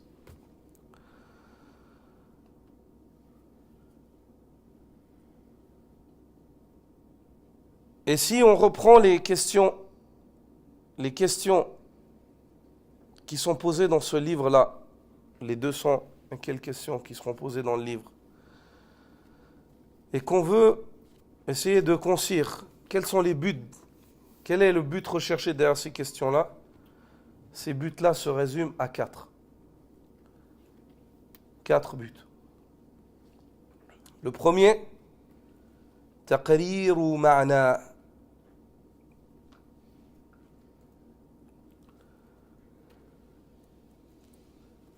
Le fait d'enseigner, d'introduire un sens au bayan ou dalil et d'expliquer l'argumentation qui nous pousse à cette compréhension-là. Troisièmement, hallu ishkal, le fait de résoudre des problèmes dans la compréhension qu'on peut avoir. Et quatrièmement, ibtal ou shubha, le fait d'abolir une ambiguïté qui pourrait, par laquelle on pourrait être atteint sur un des sujets qui seront traités. Est-ce que c'est clair? Est-ce que c'est clair? Oui ou non? Non, j'en ai dit 4, mon frère. J'en ai dit 4. Le premier, d'introduire et de consentir à un sens. Comprendre, une compréhension. La deuxième, d'expliquer les arguments qui nous poussent à cette compréhension. La troisième, hallu ishkal, le fait de résoudre un problème qui se pose par rapport à ces questions-là ou ces sens auxquels on consent. Le quatrième, ibtal ou shubha, d'abolir une ambiguïté qui pourrait s'exposer à nous dans cette compréhension. Est-ce que c'est clair? Non. Ensuite, il dit سميتها أعلام السنة المنشورة لاعتقاد الطائفة الناجية المنصورة. On a expliqué ce titre, on ne va pas revenir, on l'a expliqué en long en large. Il dit, je l'ai appelé أعلام السنة المنشورة لاعتقاد الطائفة الناجية المنصورة. Les bannières arborées de la sunna quant au dogme du groupe sauvé et victorieux. Le fait que l'auteur ait nommé son livre, c'est une chose qui est très bien vue chez les écrivains, d'une manière générale, et d'autant plus chez les écrivains musulmans. Pour les raisons suivantes. La raison, c'est comme le dit Ibn al-Jawzi dans son livre Sayd al-Khatir, At-tasnifu waladul alim al-mukhallad. L'ouvrage est l'enfant éternel du savant. L'ouvrage, c'est l'enfant éternel du savant. Il laisse derrière lui un enfant qui est éternel, pour toujours. Pourquoi est-ce qu'Ibn al-Jawzi évoque cela? Car vous n'êtes pas sans savoir le hadith du prophète sallallahu alayhi wa sallam, que lorsque l'homme meurt, ses actions sont interrompues, sauf 4 choses. Hein? Sauf 3 choses. Hein? L'œuvre continue. Hein? Sadaqatun jariyah, min sadaqatin jariyah. Ou ilmin yuntafa'u bi. Ou waladin salihin yad'u lahu. 3. Lorsque le fils d'Adam meurt, ses œuvres s'abolissent. Sauf 3. Une aumône qui ne cesse de couler, c'est-à-dire il a laissé une chose dont les gens tirent utilité, quoi que ce soit, ou un bien, ou alors un enfant vertueux qui invoque en sa faveur, mais un jour il meurt. Et peut-être qu'il n'y aura plus personne qui invoquera. Ou peut-être qu'il n'en a pas. Ou alors une science qu'il laisse derrière lui et les gens tirent profit. Ibn al-Jawzi, ici te dit, et il a raison, rahimahullah, que l'ouvrage, l'œuvre, le livre du savant, c'est son enfant éternel. Donc ton enfant, il incombe à l'homme de nommer son enfant, et pas de le laisser sans nom, comme disent les ulama. Sinon, c'est autre que toi qui viendra le nommer.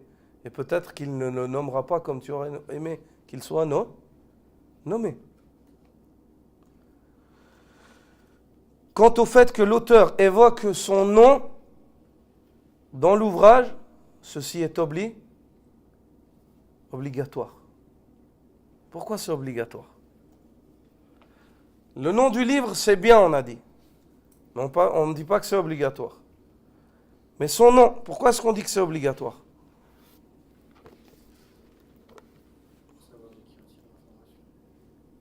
Exactement. Car il n'est pas permis de prendre le savoir du majhoul, de celui qu'on ne connaît pas. Cette question-là, elle est traitée dans les livres de hadith, de Mustalah al-Hadith, dans Shurut, les conditions du narrateur, al-Rawi, al-Majhoul, celui qu'on ignore, qui sait, on ne peut pas prendre sa narration. Et s'il y a un majhoul dans la chaîne de transmission, qu'est-ce qui se passe? Le hadith, il est faible. Et dans les livres de Usul al-Fiqh, tu trouveras cela dans Shurut al-Mufti, les conditions du Mufti. Tu ne peux pas prendre la fatwa d'un homme qui est majhoul. Ibn Sirin disait Inna hadha al-ilma din fanzuru amman ta'khudhuna dinakum. Cette science est une religion, prenez garde de qui est-ce que vous prenez votre religion. Donc il est obligatoire aux savants d'évoquer son nom. Ou bien dans l'introduction, il dit Fulan ibn Fulan qal, un tel fils d'un tel a dit, ou bien alors dans le début du livre, hein, comme ici, Al-Hafiz al-Hakami, c'est mentionné, c'est évoqué. Puis, la 7e partie, Ikhwa, l'auteur clôt cette introduction, cette noble introduction, par l'invocation d'Allah subhanahu wa ta'ala, par le tawhid. Il va écrire sur le tawhid, il clôt cette introduction par le tawhid. Et il la commence par le tawhid, alhamdulillah, c'est le tawhid. Il dit Wallah as'al an yaj'alahu btigha'a wajhihi al-a'la wa an yanfa'ana bima 'allamana wa yu'allimana ma yanfa'una ni'matan minhu wa fadla innahu 'ala kulli shay'in qadir wa bi'ibadihi latifun khabir wa ilayhi al-marji'u wal masir wa huwa mawlana fa ni'mal mawla wa ni'mal nasir. Lis mon frère. Je demande à Allah subhanahu wa ta'ala qu'il soit voué à la recherche de l'agrément du Très-Haut, qu'il nous fasse tirer profit de ce qu'il nous a enseigné et nous enseigne ce qui nous est bénéfique, par faveur et bienfaisance de sa part. Il est certes capable de toutes choses, d'où envers ses serviteurs est parfaitement informé d'eux. Vers lui le retour et le devenir, il est notre maître, quel excellent maître et quel excellent protecteur. Cette fin, cette invocation de clôture au niveau de l'introduction, elle est composée de deux formes d'invocation. Dua al-mas'ala wa dua al-ibada. Vous savez que l'invocation est de combien de catégories?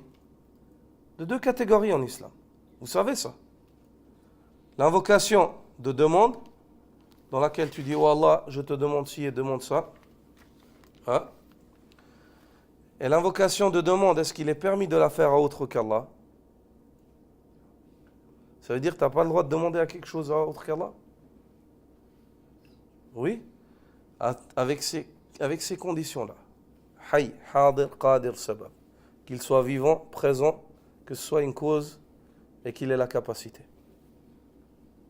Si je te dis s'il te plaît, Aloui, tu me passes le stylo. C'est une demande. Le dua, c'est une demande. Mais tu es vivant. Tu as la capacité, tu es présent, tu es une cause. Je ne te vois pas comme une fin en soi. Je ne vais pas me prosterner pour que tu fasses ça. D'accord? Si par contre maintenant, toi tu es à Lausanne, puis moi j'ai besoin d'un stylo, je dis, dans mon cœur je ferme les yeux, je dis à Louis, passe-moi un stylo. Là c'est du shirk. Pourquoi? Parce que tu n'es pas présent, tu n'as pas la capacité. Tu as compris? J'ai enfreint une de ces conditions. Tu as le droit de demander à autre qu'Allah sous ces conditions-là. Hayy, hadir, qadir, sabab. Hayy, vivant, hadir, présent, qadir. Capacité, tu lui demandes une chose dont l'homme il a la capacité de donner. Sabab, tu le prends comme une cause, pas une fin en soi. Tu sais que si Allah il veut pas, même lui il pourra pas. Il l'a dans la main, il pourra pas te la donner. Est-ce que vous avez compris? Ça s'appelle al-mas'ala, la demande. L'invocation de demande, c'est le fait de lever les mains, de dire Ya Allah. D'accord? Si maintenant tu lèves les mains, tu dis Ya Jibril, c'est du shirk ou pas? Il n'est pas présent, tu ne le vois pas. Ya Rasulallah dans sa tombe, le prophète, c'est du shirk ou pas? Oui, lui est dans le barzakh. Vous avez compris pourquoi c'est du shirk d'invoquer autre qu'Allah subhanahu wa ta'ala? Parce que tu fais enfreinte, c'est une demande, mais tu l'as fait à une personne qui n'est pas présent, ou bien qui n'est pas vivant, ou bien alors qui n'est pas présent, ou bien alors qui n'est pas, qui n'a pas la capacité. Et tu ne le prends, ou alors tu ne le prends pas comme une cause, mais comme une fin, un Seigneur qui peut faire ce qu'il veut. Est-ce que c'est clair? Ça, c'est une partie du dua. La deuxième partie du dua, dua ou l'ibada, une adoration, une invocation de caractère purement adorateur. Cette invocation-là, c'est toute l'adoration. C'est le hadith du prophète sallallahu alayhi wa sallam, ad-dua huwa al-ibada. Est-ce que c'est clair? Vous avez compris? La salat, c'est une demande ou pas? Quand tu pries, tu demandes? Quand tu fais la salat, tu demandes? Oui, tu demandes. Dès que tu fais le takbir, tu demandes. Tu demandes quoi? La miséricorde d'Allah et le Jannah, sans même parler. C'est vrai ou pas? Parler? Par les actes, par les membres. Quand c'est le ramadan, tu jeûnes. Par ton jeûne, tu demandes quoi? Le Jannah. Est-ce que c'est clair? Et l'invocation de caractère purement adorateur, l'affaire à autre qu'Allah, c'est du shirk. Il n'y a même pas de condition. C'est du shirk à l'absolu. Est-ce que c'est clair? Ici, l'auteur, il t'enseigne qu'il y a deux catégories d'invocation qui existent à la fin de son livre en invoquant lui-même. Il t'enseigne qu'il y a une dua al-mas'ala et il l'englobe dans 3 phrases. Wallahi as'al an yaj'alahu btigha'a wajhi al-a'la. J'implore Allah qu'il fasse que cet ouvrage-là lui soit voué à la recherche de l'agrément du Très-Haut, à la recherche de son visage. Wajhi al-a'la, Pourquoi ici l'agrément ils ont mis? Pourquoi ils ont mis l'agrément? Subhanallah. Pourquoi ils ont mis l'agrément? Corrigez ça. Ibtira awajhi, à la recherche du visage d'Allah Azza wa Jal. D'Allah le Très-Haut. Ça c'est la première des invocations. Il demande quelque chose. La deuxième, qu'il nous fasse tirer profit de ce qu'il nous a enseigné. Wa an yanfa'ana bima 'allamana. La troisième, wa yu'allimana ma yanfa'una, et qu'il nous enseigne ce qui nous est bénéfique. 3. Quant à Dua al-Ibada, elle est rassemblée dans 4 phrases.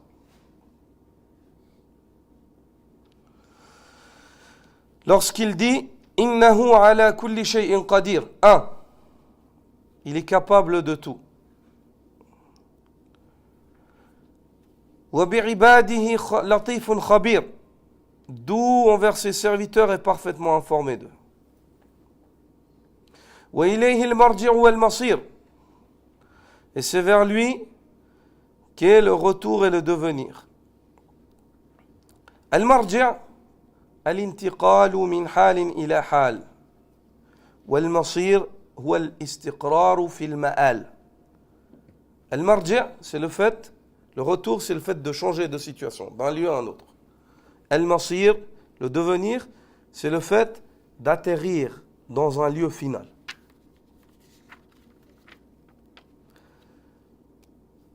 Et la quatrième, وَهُوَ مَوْلَانَا فَنِعْمَ الْمَوْلَى وَنِعْمَ النَّصِيرُ. Il est notre maître, quel excellent maître et quel excellent protecteur. Comment est-ce que ces 4 phrases-là, c'est une invocation à caractère purement adorateur? Par la langue et le cœur, par la langue. Parce qu'il y a l'évocation d'Allah et le fait de faire les éloges d'Allah tabaraka wa ta'ala. Tandis qu'au début, il y avait des demandes. Est-ce que vous avez compris la différence? Sur cela, on a clos l'étude de l'introduction. La semaine prochaine, il n'y aura pas cours. Les cours sont annulés pour le moment. Pas annulés, sont repoussés jusqu'à nouvel ordre. Et Inch'Allah, ne vous découragez pas. C'est-à-dire le fait qu'on interrompt là, c'est parce qu'on n'a pas une autre solution. Mais on n'aimerait pas que ce soit une cause que les frères ils se démotivent. Et là, on a eu 2 semaines. Révisez, revoyez ce qu'on a vu jusqu'à présent. Et on reprendra qu'Allah Azza wa Jal nous raffermisse dans sa voie et nous accorde ce qui est meilleur ici-bas et dans l'au-delà. Subhanaka wa bihamdik, ashhadu an la ilaha illa ant, astaghfiruka wa atubu ilayk.